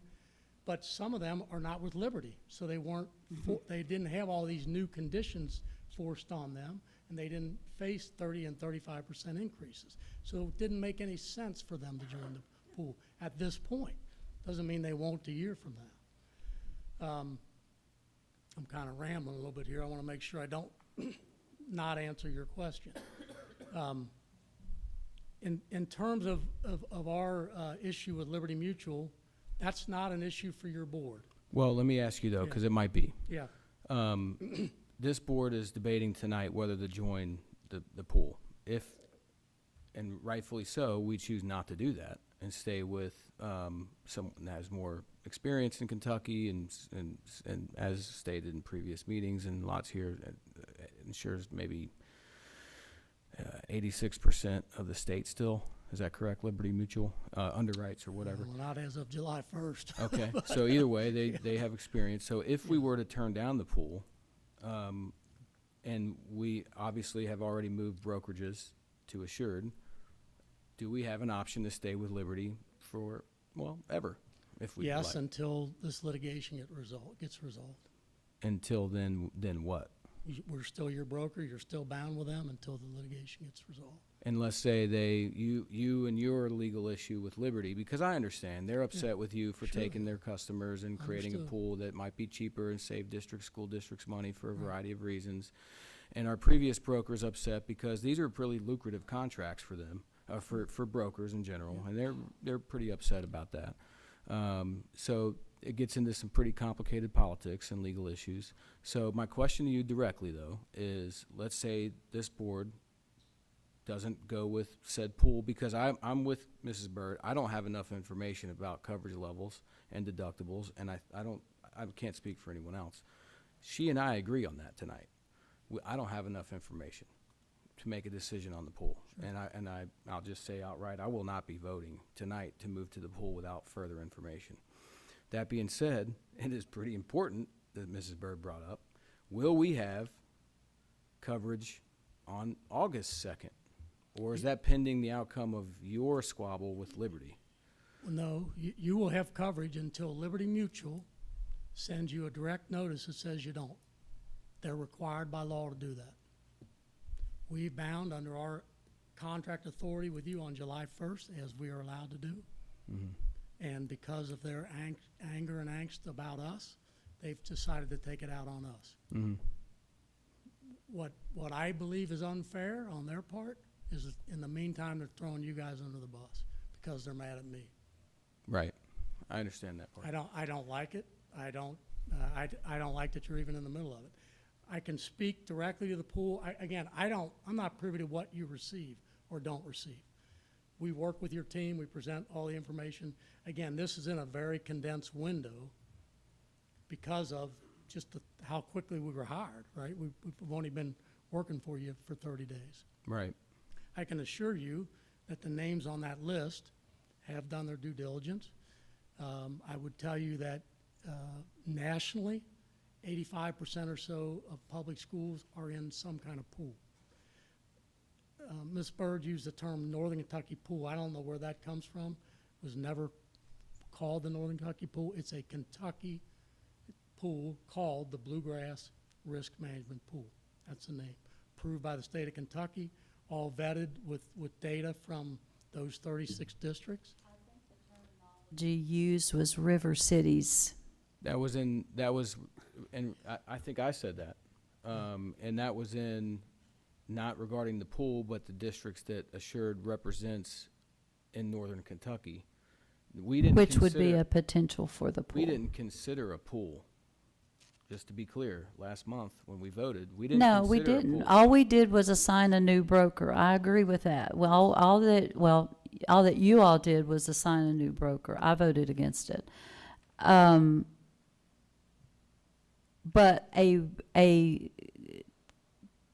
common geographical insurance pool of River City districts was mentioned as part of what came out of what you reported and Eric and Linda reported to me as a potential to get us out of having to carry the burden for other areas of Kentucky that gets devastated with large claims every year. And so it was said that there was interest among the River City districts to do this. And since Assured Partners has a very established clientele there, it seemed logical that those districts in northern Kentucky could potentially come together and be their own group. So again, it is broader than northern Kentucky. We have a large office in Lexington. We're kind of, we operate regionally. So our group that's with me tonight is northern Kentucky and maybe a little bit south. The Lexington group kind of meets us towards the north, and then they go south. Ultimately, as this takes off, the group, by the way, you mentioned the group out of Florida. So that just happens to be where they're housed, the people who are putting all this together. Where's It's a Liberty Kentucky pool. Mutual based? Boston, Massachusetts. Yeah. Yeah. So the reality of this is, even though it seems complicated, and it is if you think of Liberty Mutual as an insurance product, the pool is an insurance product. We are your broker still, whether it's Liberty Mutual or the pool. We don't work for Liberty Mutual. We don't work for the pool. We don't work for Kimi, who does your work comp. We work for you. Our mission has always been to bring you what we can bring you. The savings was significant. Others who have had more time to vet it, and I get that this is squeezed into a short box, are fully on board with it. Some of your peers that Jeff, you don't know them yet, but they have had time to study it, and their attorneys have looked at it. And pooling in Kentucky generally can be successful, is successful. The counties, all the counties buy through a pooling arrangement. All the cities buy through a pooling arrangement very successfully. The Kisbet School Board Trust that you mentioned was just poorly run. This team that we have has 20 years of experience doing it. They run a large pool in Ohio that had 60 members in it, and just July 1st added another 45 members, and they've got $42 million in surplus. So what's the goal? The goal is we're starting here. It's very conservatively priced, and a year from now, you start to build it more, and 5 years from now, you have this pocket of money that you can either pay dividends with. So what you're doing is you're taking the insurance company's profit and you're doing what? You're building it into your profits as a district. This concept works. You don't, in none of our districts did we say you have to do the pool or you have to. That was never the way we approach it, and that's not the way we're approaching it with you. Ms. Bird, just clarification, was it your impression that the only people in the pool were those southern districts? Southern district. Well, the districts you meant Pikeville and some other. No, my point was just from the conversation of the potential of a Northern Kentucky regional grouping of districts to create their own pool was that it would be Northern Kentucky districts. So when the information we were provided didn't say who was in it, I said, I want a listing of who's in it. So I'm just confused because you made a good show a few minutes ago of saying that I said the River City districts, but you left out, I think if I'm reading this correctly, that Bellevue, Bracken, Covington, Fort Thomas, Kenton, Ludlow, and Newport are all in the pool. That's correct. Yeah, but what I was pointing out was, Was if that- this are is, those if River this City- is only, if this was only going to, and I'm not trying to put on a show, so I'm a little bit offended by that comment, but I'm trying to make sure this district is protected, and right now I don't think we are. So I expected there to be Northern Kentucky districts in a Northern Kentucky River City district's ideal of an insurance pool or trust or whatever you want to call it. But never was it ever mentioned going outside of Northern Kentucky. It makes sense to me that you might have to share the burden and the responsibility, but we kind of know what happens in Northern Kentucky. I don't know what happens insurance claim-wise in counties like Wolfe and Letcher and Cumberland and Somerset and some of those other areas of the state that could potentially end up causing assessments. And is this going to be self-funded? I mean, I ask, are there any financials? And of course, we're too new to have financials. So is it the districts self-funding it as the beginning to start the pool? Is there outside funding? Where is the funding coming from to get it started?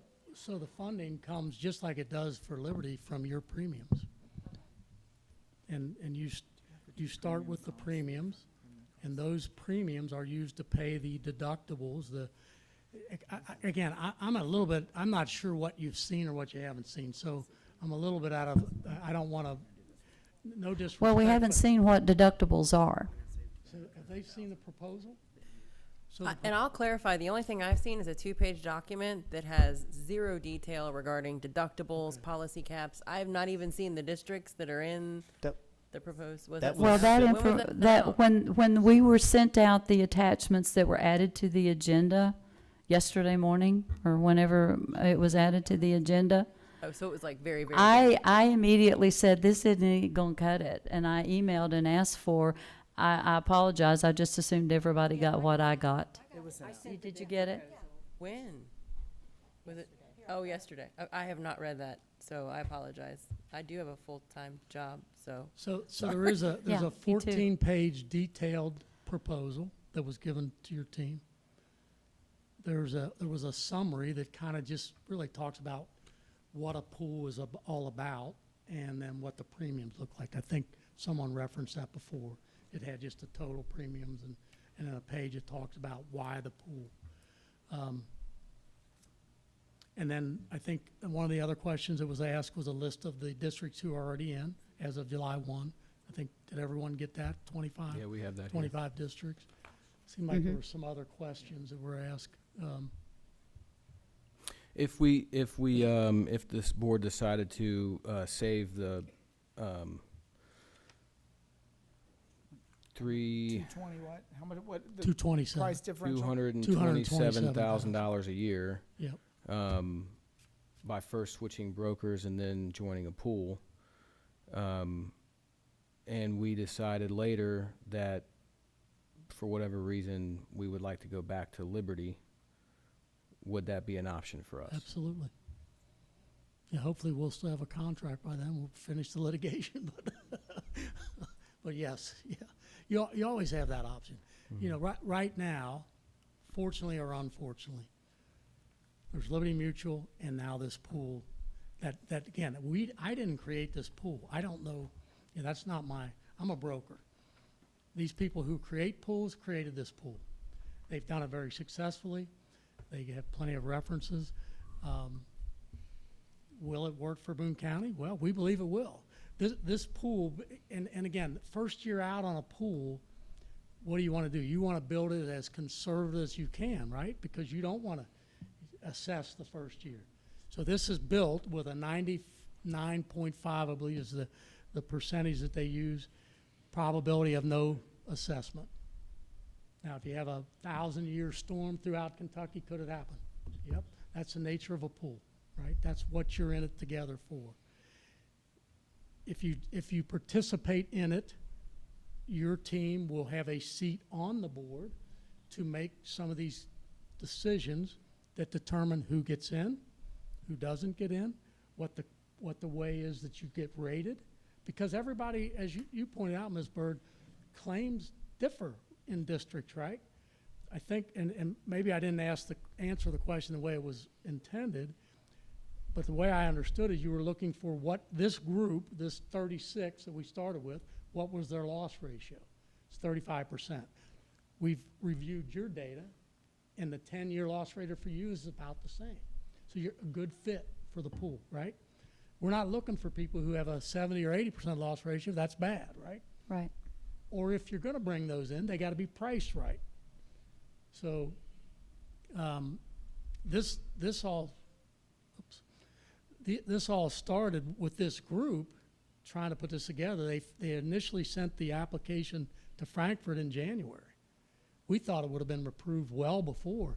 We didn't get approval till May 16th, or they didn't get approval. So then from May 16th on, we as the brokers saying, hey, our superintendents and boards are telling us we want some options. Liberty's delivering these huge increases and huge changes in coverage that are causing us to go from a $10,000 deductible to $100. I don't want you to, anything I'm saying, I have nothing against Liberty Mutual. We've had a great partnership with them. But they've, in my opinion, our opinion, the districts that we work with, they're getting punished unfairly compared to the other districts further in the state who are having claims. So we were given by our previous broker all the changes that, they kind of the bearer of bad news, Liberty, because of their loss ratios. So one of the questions when we asked brokers that we were interviewing, we interviewed another very well-respected nationwide company that is, by all accounts, enormous and does a lot of business in commercial insurance. And one of their ideas was we need to create competition. And that meeting was before we met with Assured Partners. And so I guess my point here is that every school district, because of a variety of reasons, which is on the bottom of the handout our previous broker sent us, reasons why Kentucky school insurance is going up. Tons of reasons. Because of the one that wasn't on there is because of the lack of competition in the marketplace. And since all the school districts have to buy insurance from one place, and we're thankful that they're here, because if they weren't, it'd be tough. And the only way for ourselves and all the people on the list can even bring lower rates to Kentucky schools is to create competition. And this is the first step in doing so. And from the way that I look at this, I think in the last, I'm going to say at least year, almost no proposal has been brought to this board that saves any money. In fact, most of the proposals that have been brought to this board, it's been increased dollars.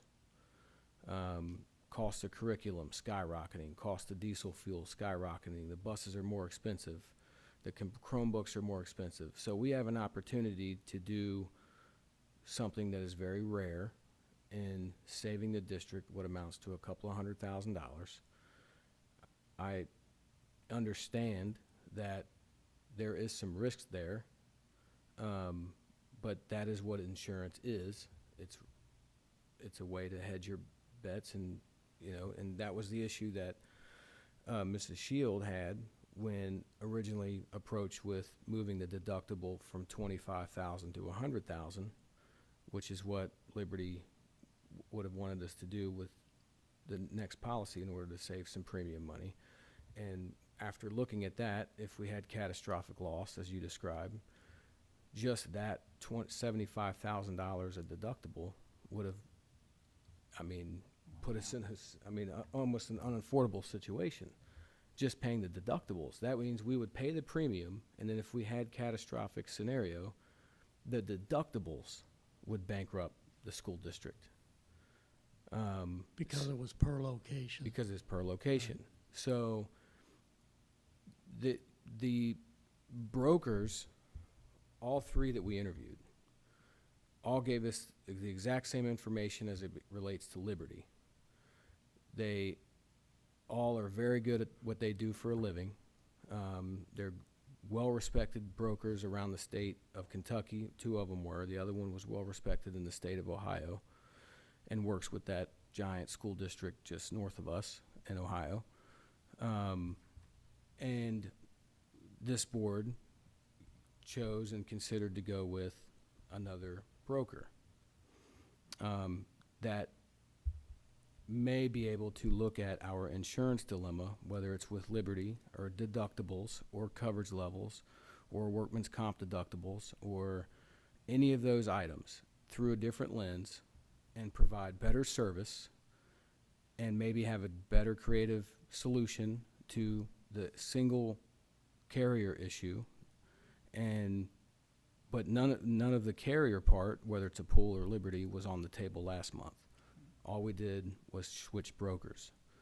So from my understanding of the situation, and this was said in both meetings that we had with other people, that there was a 10-day, I think it was a 10-day period in which Houchins could protest or whatever, the change of brokers, which I'm assuming they did. And because they are also a very large broker in the state of Kentucky and do a whole bunch of business with Liberty, created some to-do about losing our very, very lucrative account to a competing brokerage. And all the things that are transpiring now with the pool and either staying with Liberty I knew that they would be happening because of the competitive nature of commercial insurance in Kentucky schools. All this conversation was going to happen because, again, the political nature, the competitive nature of commercial insurance in Kentucky, this conversation was going to happen.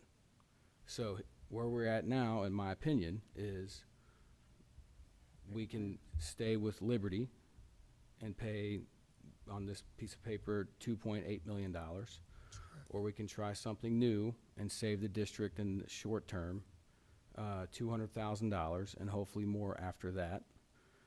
And if it doesn't work and we need to go back to Liberty, and for some crazy reason Assured Partners is not a Liberty agent, we can switch back to Houchins if we would like, because obviously they're really good at what they do as well.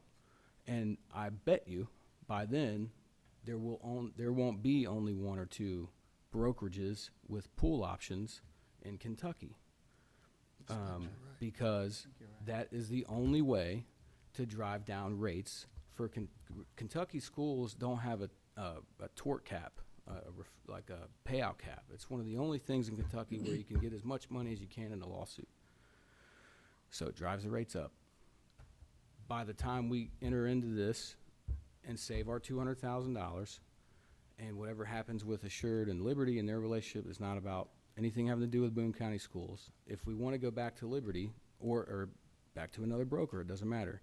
Those options will still be there, plus probably a variety of others, because competition in the capitalist society breeds lower rates.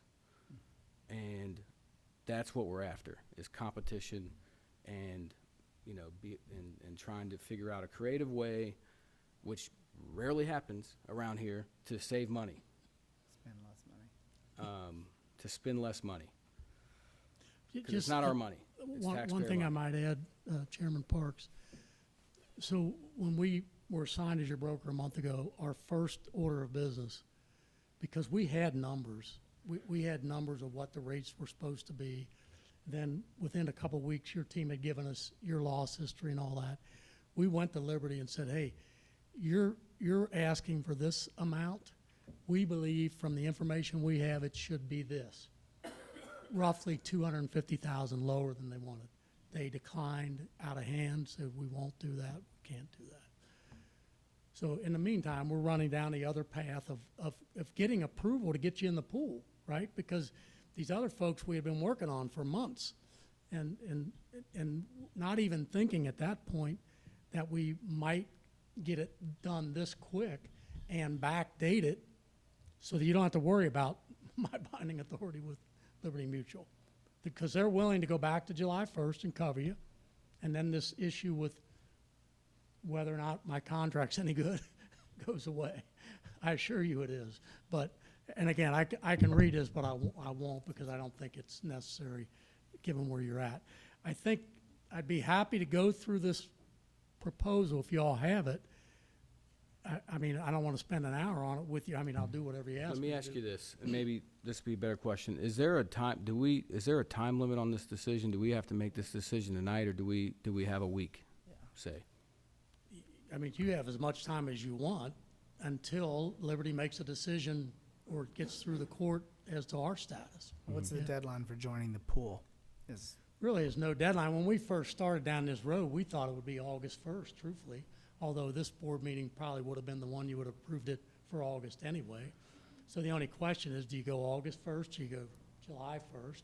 And in the Will it be- meantime, is the rate prorated? So, I mean, there's two different, there's Yes, 225,000, so absolutely. divided by 12, Yes, sir. roughly. Yep. So 200,000, or 20,000 a month Yeah.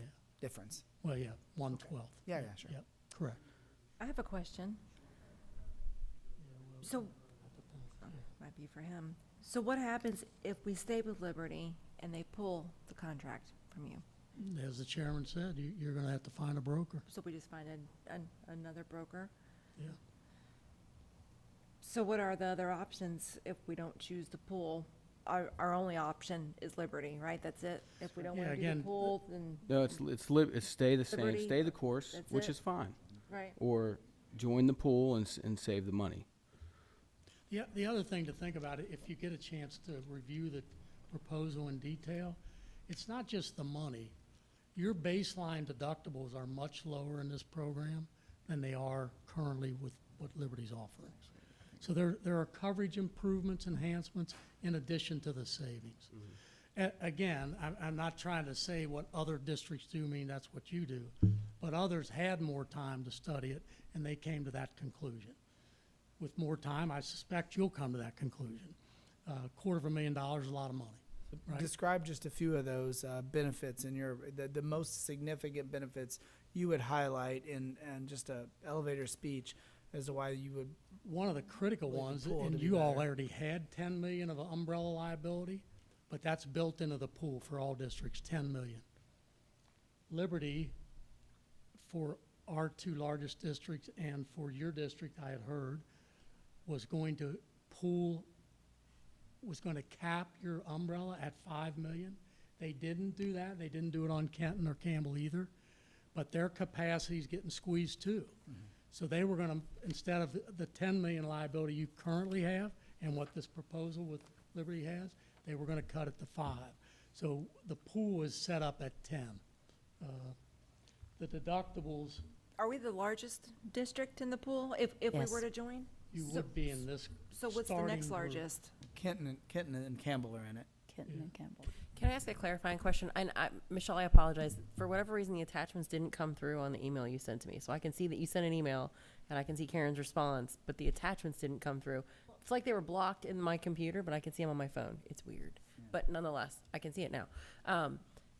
In the incumbent renewal, it lists I can tell that the greatest damage has probably been flood because they go to 10% subject to 100,000 minimum, but that doesn't specify location, whereas yours specifies 100,000 per location. And then I think earthquake is 250,000 per location. Are those both per location? It's what- on, it's, My page are you understanding looking is at? they're both per location. okay, just the one just didn't specify. So I Right. was making sure that was Yeah. comparing apples to apples. And the other thing on the flood and the earthquake, and I'm gonna have to find that page, I believe the limit, Liberty was at 5 on flood and 10 on earthquake, and the pool is at 25 million on both.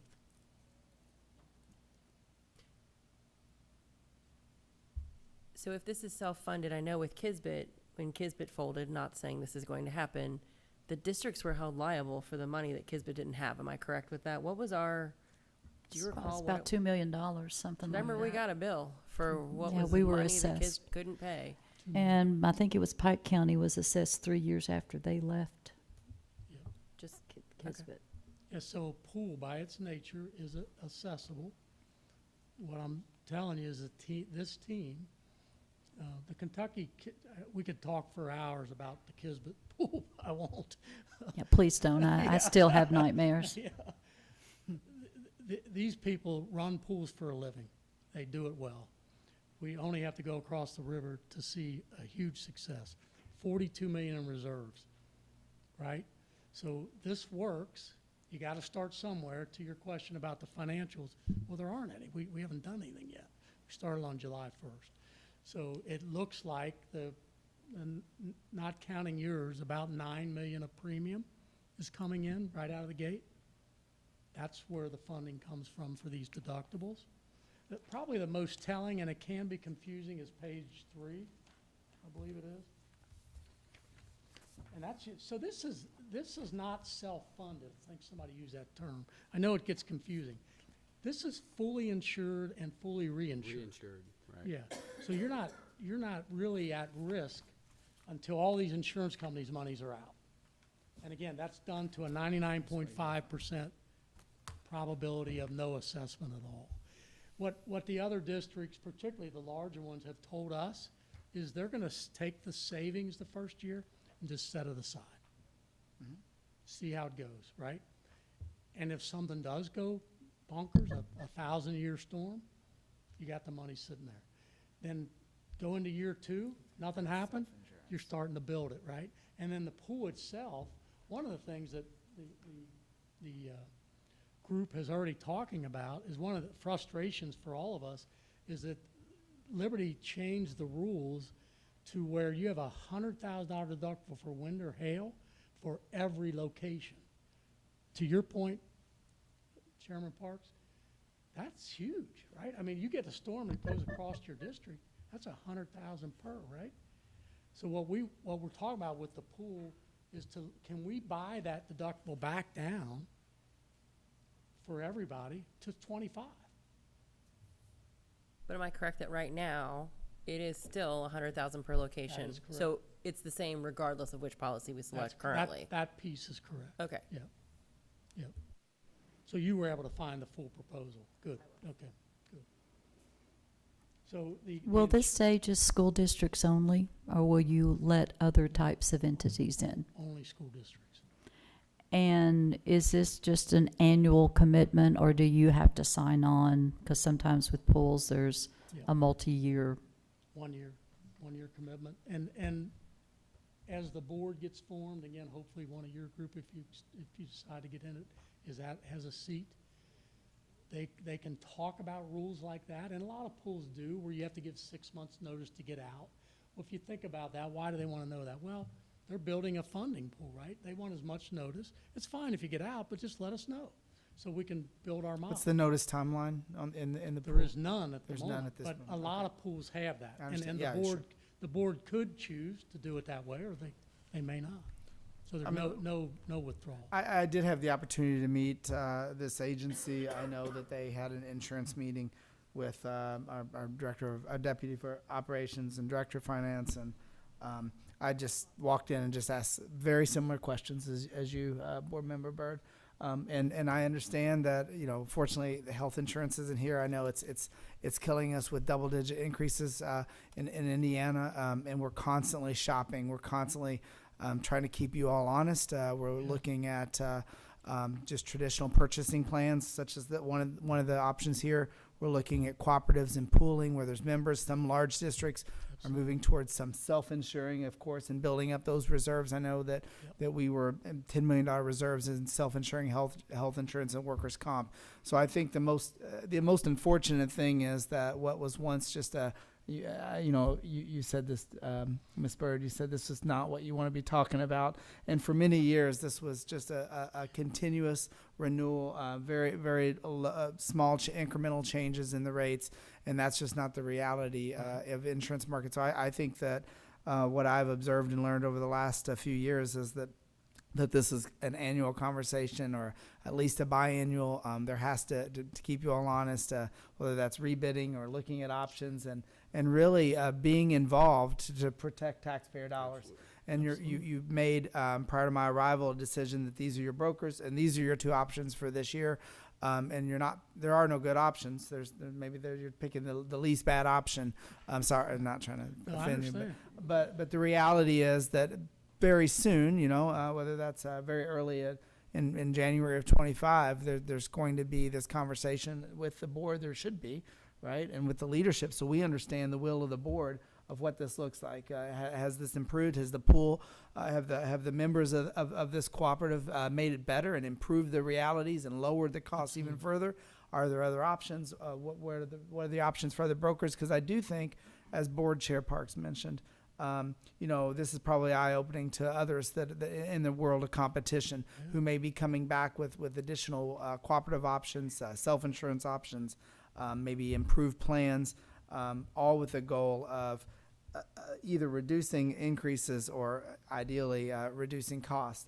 And I do think you gave us a strategy tonight that if this privilege of the board, but if you save the $250,000, what you're saying is it would be wise to find a way to hold that in reserves, so that for either future increases or building up the capacity to do even more progressive and innovative things.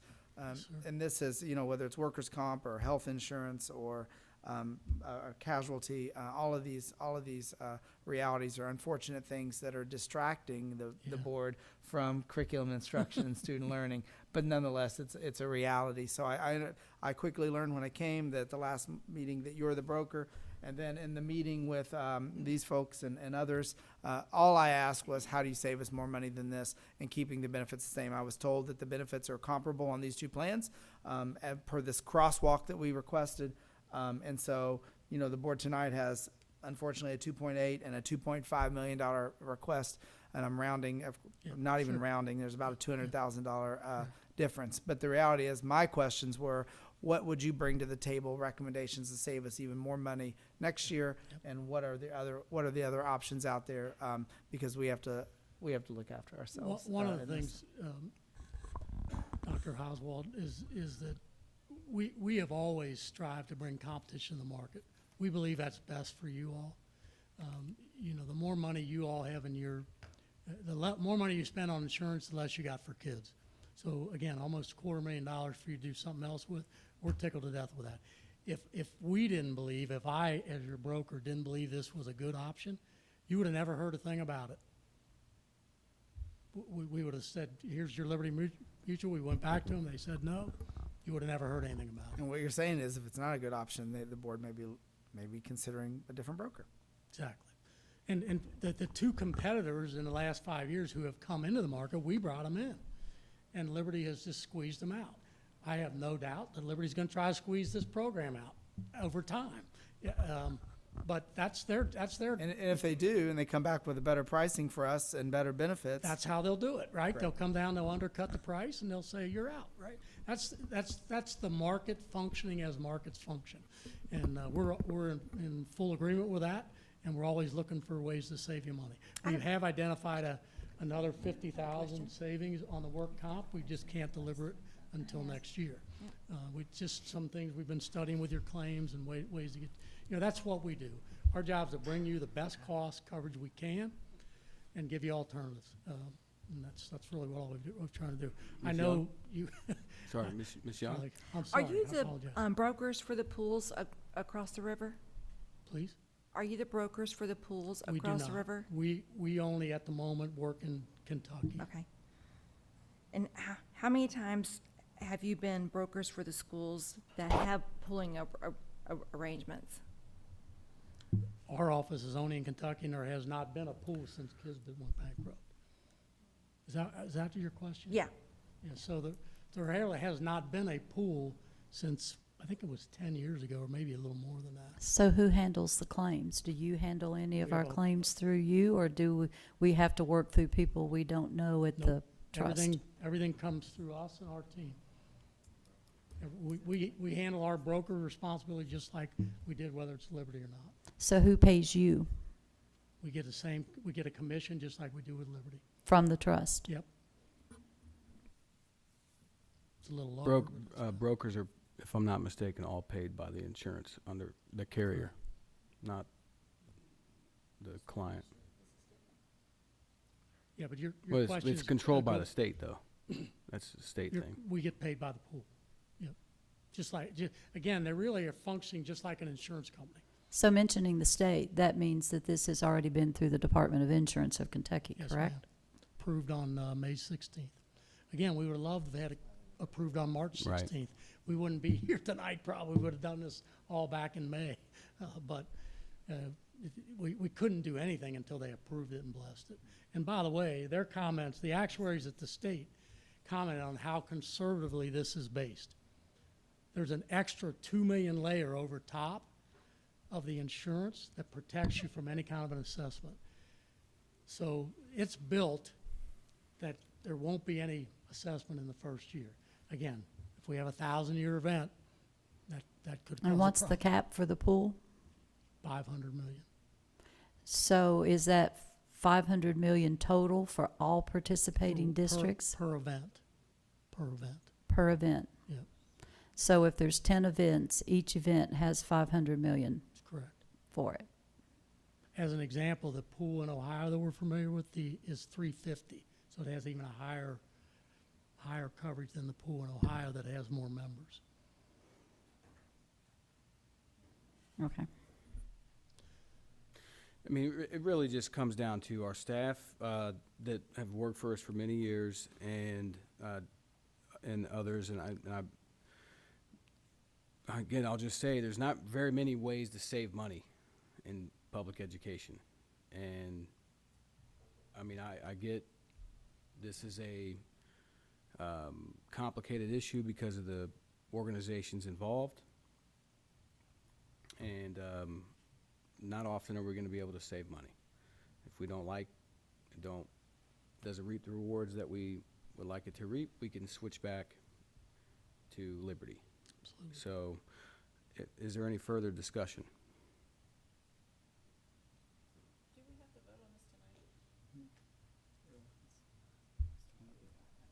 Well, I think the answer is we don't have to do anything, no. But I think we would be, if we don't vote to go into the pool, we would be, in effect, voting to stay with Liberty, which would make the $2.8 million the reality instead of the $2.57 million. So we couldn't make this decision in August? I think you said it would be prorated, so you would just pay, Oh, okay. you're gonna start paying the price differentiation. My associate just mentioned one thing that I should make you aware of. So Liberty Mutual, in their language, does have what we call a short rate cancellation, it's 10% penalty. So if you go with Liberty and then go out later, there would be a 10% surcharge. But not now. But not in the pool.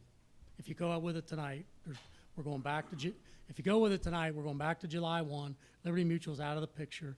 You can change it later if you want. But if you go with Liberty and then go to the pool, there is a potential of a 10% penalty. One of my associates pointed that out to me, and I apologize that I didn't bring it up earlier. I didn't think of it. So just to clarify that if we don't make a decision, it defaults to Liberty Mutual. If we make a decision in August, we'll pay a $280,000 penalty, which negates all of our savings and then some because of the Potentially. cancellation. And if they're angry with us anyway, I can probably guess that if it's at all possible to charge they're a fee, angry. there will be a fee. And to be clear, the reason, because I consulted with counsel as to whether this needed to be on here, and I was trying to understand why. Because if you went with Liberty, the reality is it didn't, because you approved the broker and you were keeping the same thing. And the recommendation was that because you're joining the pool, which was the recommendation of the administrators that were working on that, that's why it's coming before you tonight a second time, because you've already approved your broker. So if you don't take action tonight, or if the motion fails, the recommendation from the administrative team over here was to join it, then you just revert back to the $2.8 million. And as you said, a delayed decision, the cost differential would negate the savings. So I'd like to ask our legal counsel for any commentary on this, if she's got any. On what specifically? The risk reward. I mean, is it worth in your opinion, the cost savings?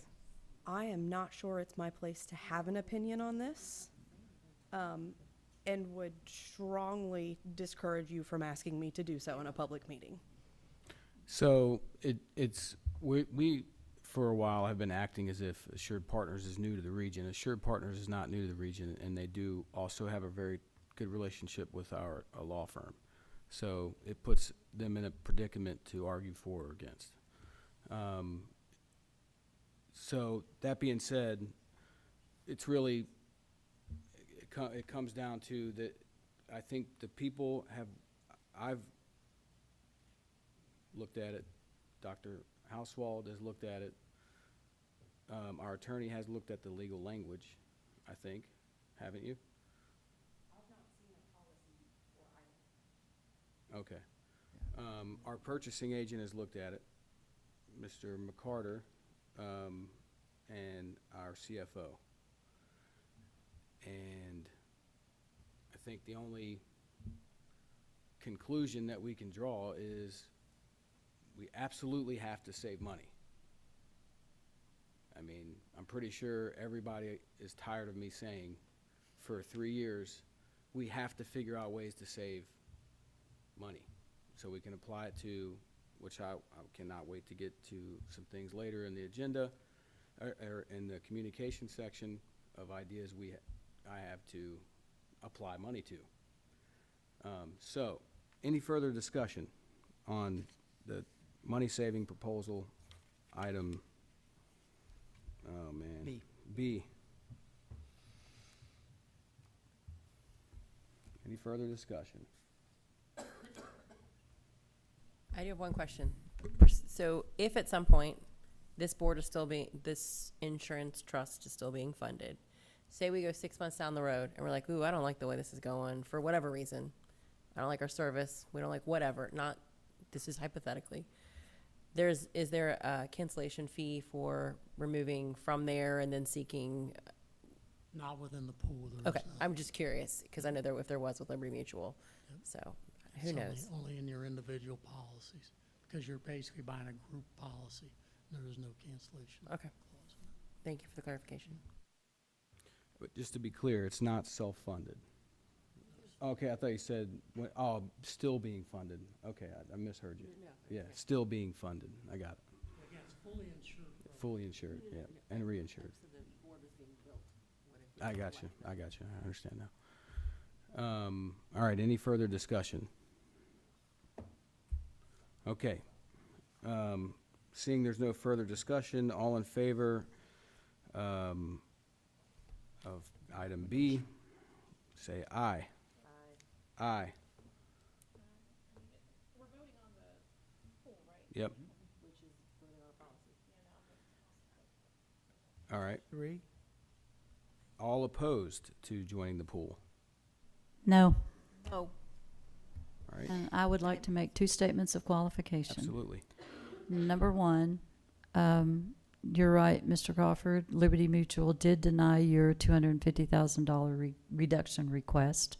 I confirmed that with Liberty Mutual directly, mainly because, which was I don't think stated, Houchins had already negotiated a $200,000 reduction in the policy that they provided. I would also like to state for the record to clear up any misgivings of who I may be seeking my information from, to state emphatically that I've been around for 30 years. I know a lot of people in a lot of places. And I have had conversations with people in the insurance industry that I have known for 30 years or more on both sides of the river, just picking their insurance-minded brains on how this works. Do we have coverage? How does this work? How does that work? And so to clear up any misconceptions that my only source of information apparently is believed to be our former broker, I will put that to rest right now.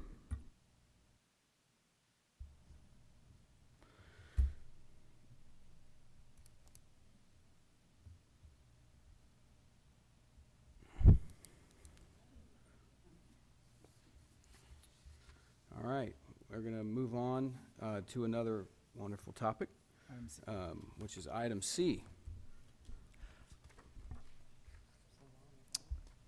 Yes, Board. Item C is NKECM membership. That stands for Northern Kentucky Education Council membership for 24-25. That was previously in the consent agenda as EE, and at the request of Board Member Young, it has been moved to new business. And so, as with the consent agenda, the administration would request that you approve the NKECM membership as presented.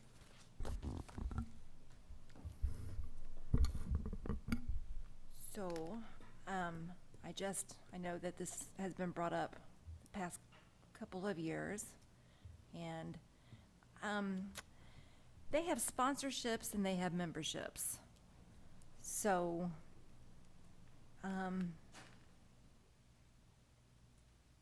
what's the difference between sponsorship and the membership? I guess it's kind of my first question that I'm going here. So with this particular group, what's the difference between what you get for a sponsorship and a membership? Yeah. Is that what you mean? Yeah.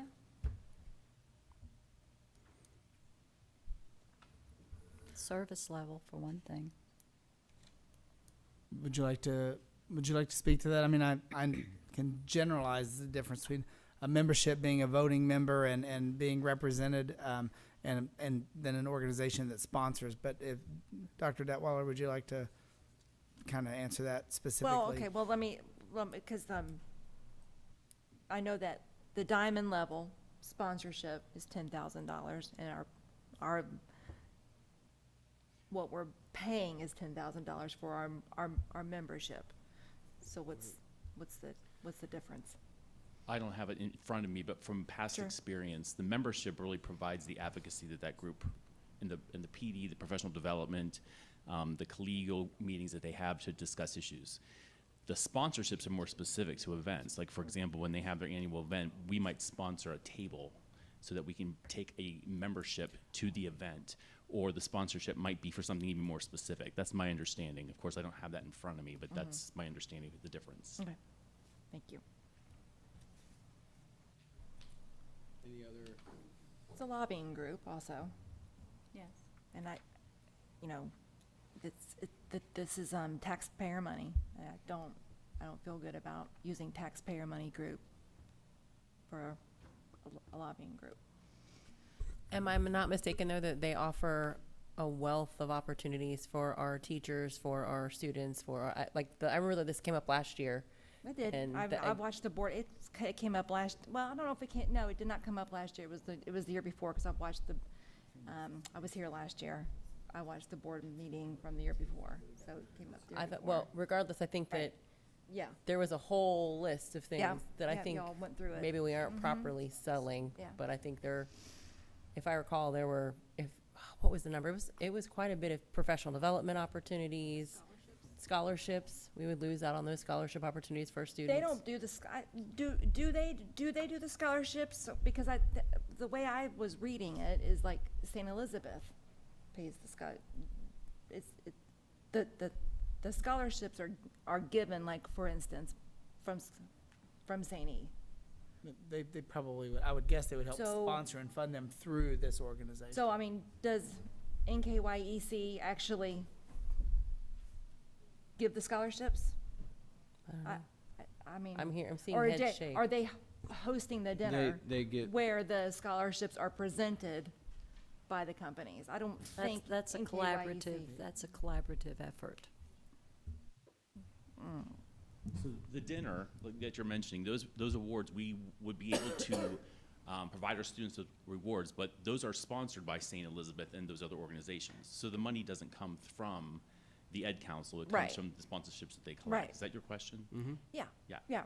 Right. They were telling me that the scholarships come from NKYEC, but I think the they Ed don't. Council collaborates to get those organizations to give the money. So it's not directly from the Ed Council, but the Ed Council has collaborative relationships with St. Elizabeth Yes. and Toyota and whomever, and they, in that partnership, as a cooperative partnership, give those funds. So I don't think it's directly from the Ed Council, but I think their advocacy with the community business partners brings those opportunities together to allow those things to happen. If the Ed Council fell apart, would St. Elizabeth still give money? I don't know. I couldn't say yes or no, but. And so just to be clear, Dr. Detweiler, what we're talking about tonight is the 24-25 membership to this Correct. as a school district. The price is based on enrollment size. So it's a set price.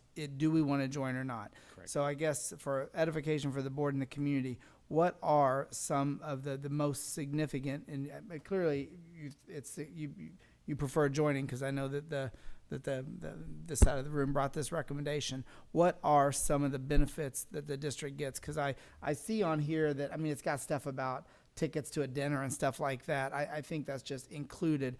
But what are the core benefits of the $10,000? And in your opinion, clearly it's an investment or you wouldn't have brought it to us. So what are those core benefits? So one of the biggest programs is one-to-one reading. They provide the training for volunteers in the community to do the one-to-one reading, and those volunteers come into our school and read with our children. The advocacy that I mentioned, I believe they have 2 annual events each year where they bring together the leaders of the area with the chamber, with a lot of the business leaders to talk about issues and to make plans and move forward, strategic planning. They work with the chamber. You collaborate with the school districts through them. They bring school districts together. Those are our biggest benefits. Okay. Which we don't take advantage of enough because we don't send in enough teachers for recognition or students for potential scholarships. All right. So, as my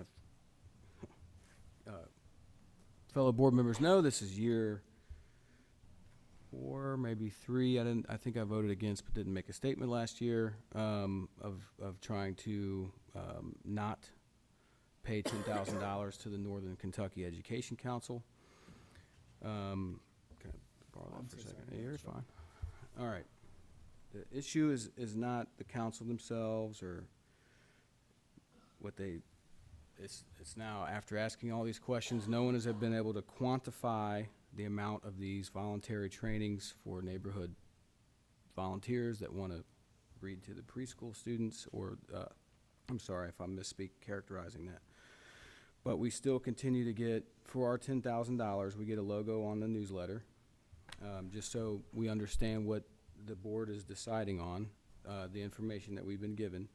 The logo on the newsletter that they produce, a website, social media advertisement, 4 tickets to an excellence in dinner education dinner, recognized as a supporter at the dinner, recognized as a major supporter at council meetings, and the opportunity to speak on your district's behalf at a council meeting. That costs $10,000.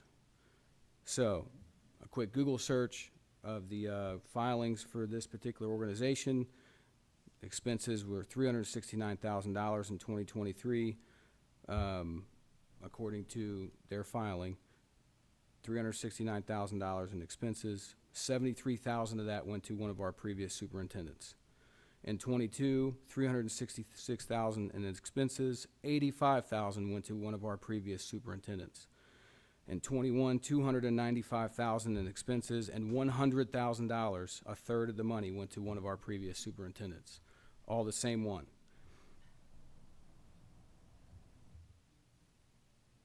This board should not be giving money to lobbyists. It's pretty simple. I've never been to the dinner. I don't think I would go if I was invited, and I'm sure I have been invited. $10,000 should be given to the preschool for whatever they need, whether it's toner or pencils or paper or whatever, not to Randy Poe. Any further discussion? It's nice to know you think people don't deserve a salary for the work that they do. A third of the charitable contributions?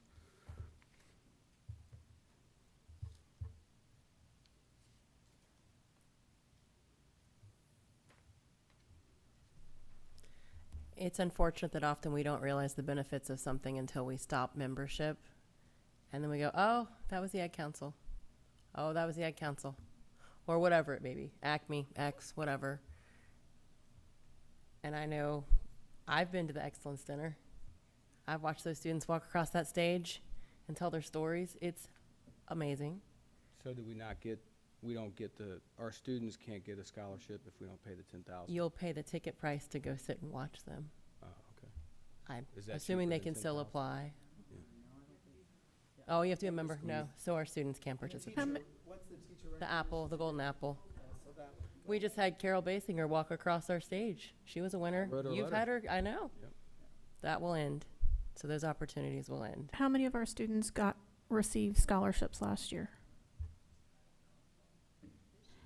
The schools have to, I was very disappointed this year at how little Boone County was represented by recognition for our hardworking teachers and and the amazing students that we have. That used to be a Boone County Schools dominated event. Most of the teachers were ours, most of the students being recognized was ours.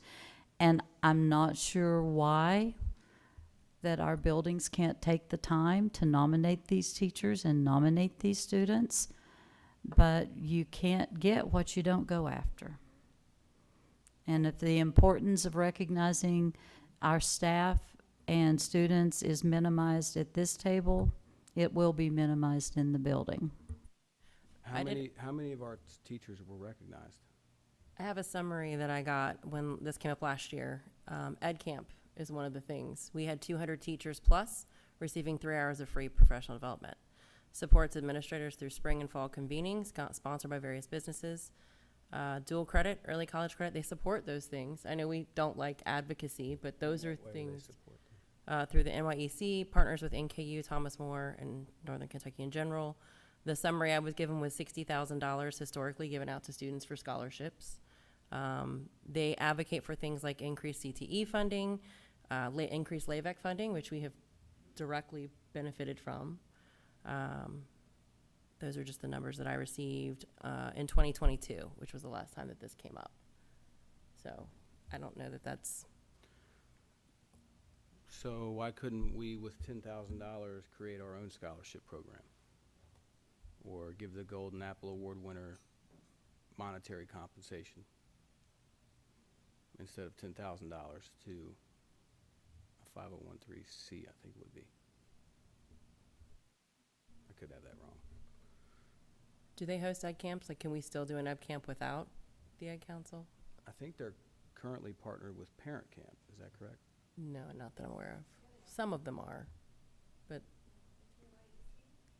no, I think the Ed Camp.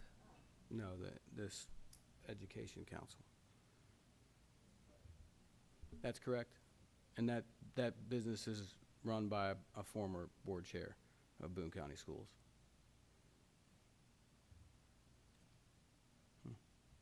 I think you're making insinuations that I don't think are necessarily fair. Well, we don't have to spend money on lobbyists. Do we lose one-to-one reading? You better rethink that considering what issue's coming up in November.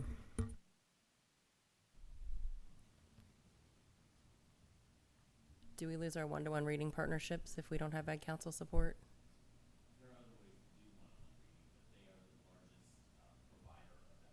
They do the training as well as help identify community members for one-on-one reading. How many one-to-one reading partners do we have at Stevens? I know that's a big school that they work with.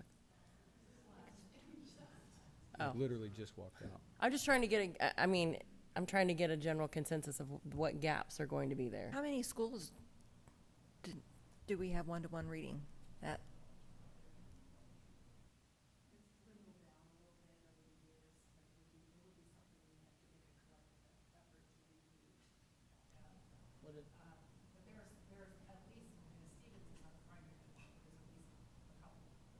Okay, thank you.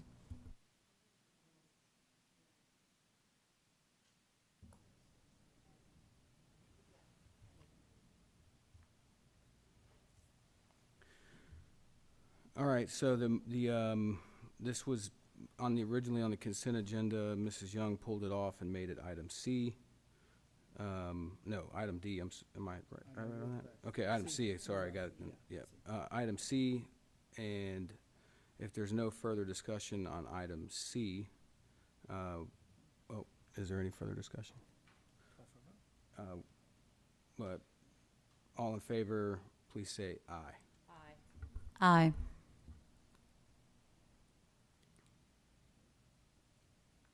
All opposed? No.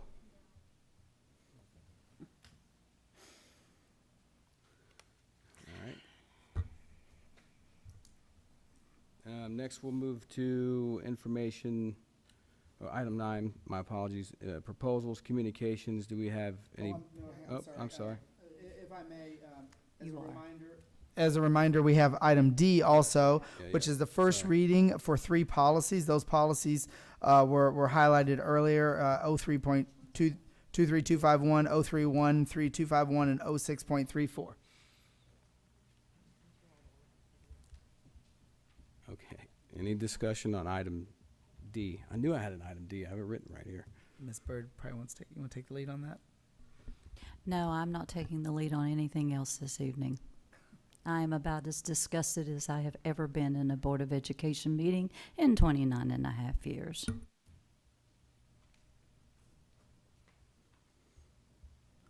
All right. If no further discussion, all in favor of item D, first reading of I was just various trying to get proposals. clarification to make sure I stated your original motion. You wanted those 3 moved. That's why I Yes. just didn't want to That misspeak the for 3 you, Ms. Byrd. policies So that were I'm sorry.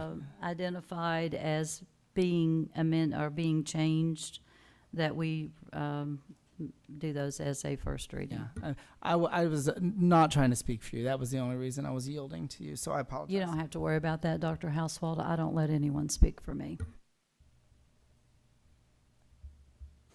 All right. Any further discussion on those items? Didn't hear anything. Oh, was there, motion to approve item D, which, First reading of the policies. Oh, no, you don't need a motion. It's first reading. okay. Sorry.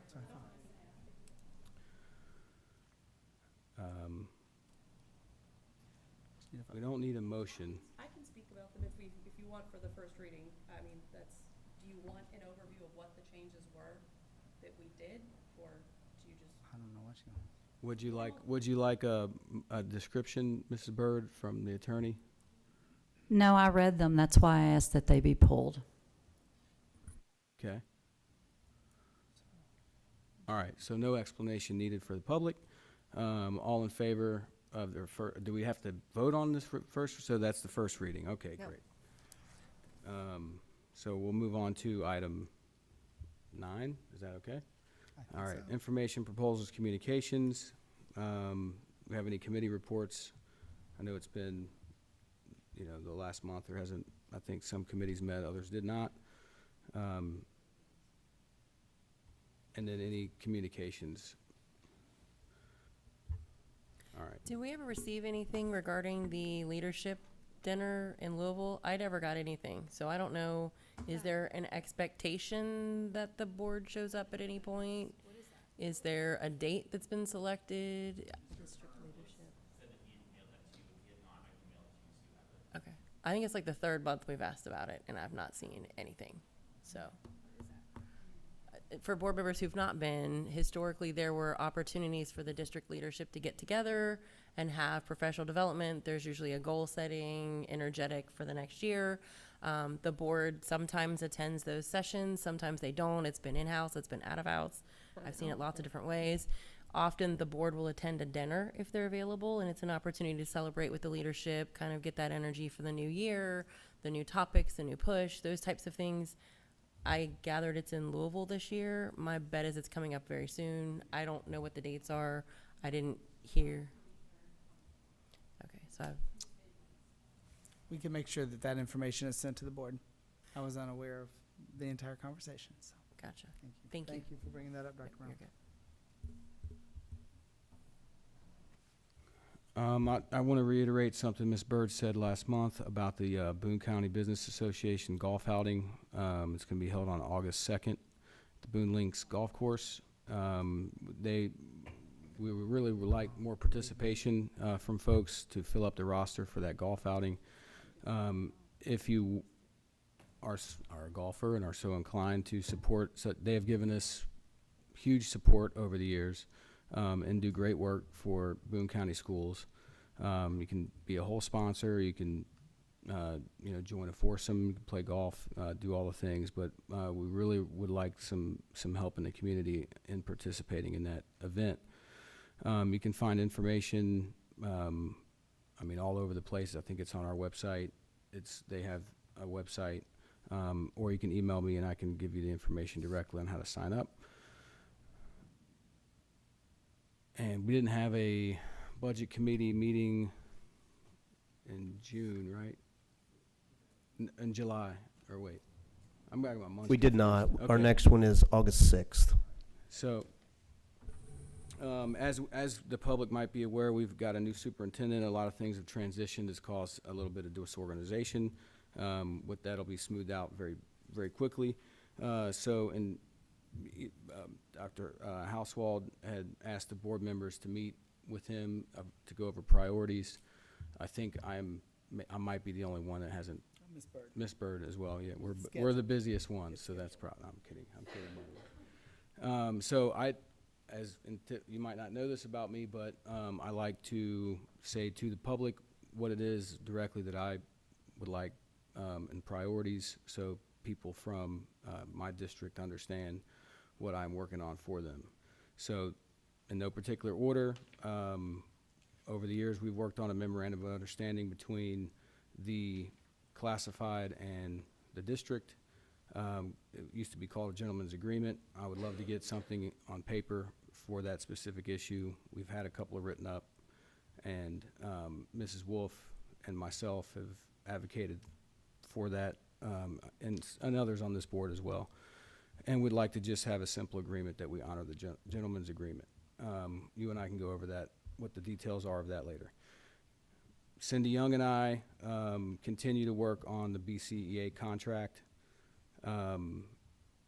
We hope to get that ironed out pretty quickly, the legal language, and with our board attorney's help and our partners with the BCEA, we hope to have that wrapped up pretty quickly.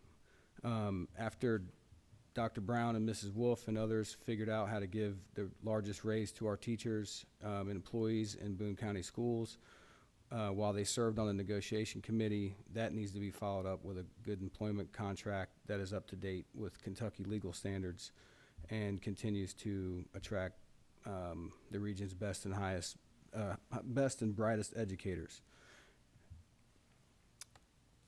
Priority big for me, Dr. Hauswald, is a centralized, and I think I know Karen Bird shares this vision with me, centralized preschool operations. Boone County needs a centralized preschool and intake center.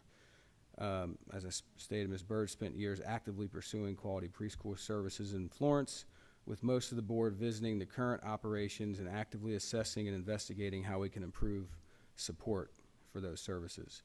If done right, this could house all types of services, from medical to assessments to enrollments. This is a focus for many families in Boone County, including those on this board. Mrs. Young's son even went to Boone County preschool many years ago now. And if done correctly, this could be the first of its kind Northern Kentucky public, free, but also tuition-based preschool that could be a higher quality education and done cheaper than private preschools currently in business in Boone County.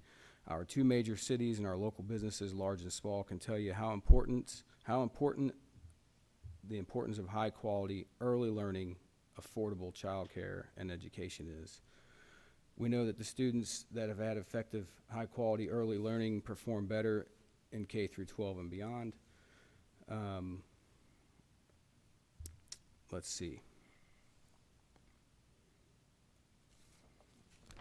All right. By the way, I think all board members on this board have actively, publicly said that they support preschool services in Boone County. By the way, Doctor. Next priority of mine, and again, supported by my fellow board members, Dr. Hauswald, is a focus on strong alternative education services. This is a huge swath of things. I won't go into them all. But I will say Boone County has some of its best and most dedicated educators and staff working on alternative programs. With our highly successful virtual school created, or I guess it's kind of weird, created before COVID, but sort of solidified afterwards, or made, you know, more enrollment, or what, there's a variety of ways to describe what we did with the virtual school. And our investments at the Rise Academy, which is right outside basically these halls here, keeping students on a positive track to graduation has become a shining bright spot in Boone County school operations. The work that Mrs. Wolf and others have put into rethinking student discipline with the focus on positive outcomes it only makes sense to continue supporting, making sure all students have a path to graduation. You may not know, because you've only been here for a few days, that our alternative programs have one of the most respected minds in Kentucky, alternative education, and expert in trauma-informed education and care. Dr. Hibbett has positioned Boone County in a place where he can be a leader in alternative education. Not all of our young people learn well in traditional classrooms. I know I was one of those, or have positive family support to thrive in school. Dr. Hibbett's quickly becoming one of the top experts in these subjects, giving presentations about these subjects to rooms full of alternative educators. Our focus needs to remain on building robust alternative education, job training, creative environments in which modern folks can make it to high school graduation and have success after school. Our school district faces many challenges. I'm sure you're aware, because you and I have talked about them prior to your arrival, with demographics, financial ebbs and flows, and so forth. Now more than ever, the board needs to focus on frugal and correct allocations of dollars to make the most cost-effective programs to the most cost-effective programs in order to continue to stretch both state and federal dollars and our own local dollars. The citizens of Boone County decided that they want high-quality schools, and they're willing to provide the local effort it takes to backfill the shortages and funding coming from Frankfurt. With that acceptance of our fellow citizens' local effort, the agreement to be financially responsible and good stewards of public dollars comes with that. That is why we cannot allow ourselves to be beholden or distracted by special interests, costly trends, or hamstrung by historical relationships with vendors, or beholden. That's the way it's always been. We can't be beholden to the "that's the way it's always been" mentality. If we focus on these areas, test scores will come up, achievement gaps decrease, student outcomes improve, home values increase, local economy continues to thrive, crime rates decrease, and Boone County businesses like the one that I run, and families and businesses and citizens have a better success and bright future. I welcome you to Boone County. I know this has been a raucous meeting, and I apologize for that. But I know you are with this board, all of us, all 5 of us, and committed to moving Boone County schools into an era of excellence in education, public education. So, welcome, my friend. All right. I just want to say, because I don't know if this was brought up in the June meeting, I want to thank Dr. Watson and Tara for their work on the Boone County 225th program or project that we did. We had a great display of time capsules of most of our schools out at the big county event, and it was great to see, you know, the enthusiasm for our schools and the people that were interested in some of our artifacts, especially from New Haven. That sweater was pretty spectacular, and a old Ackerman elementary, was it elementary or middle school football? Yeah, their little football. It was cute. Yeah. So it was some really cute stuff, but I wanted to thank you guys for that work, and you know, we're moving forward with the America 250. So thank you.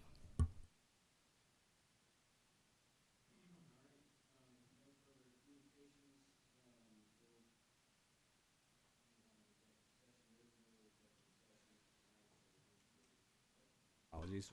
There is no executive session tonight, so we'll move to adjournment. All in favor of adjournment, or do I have a motion to adjourn, I should say? Motion, I think, came from over here. And all in favor? Aye.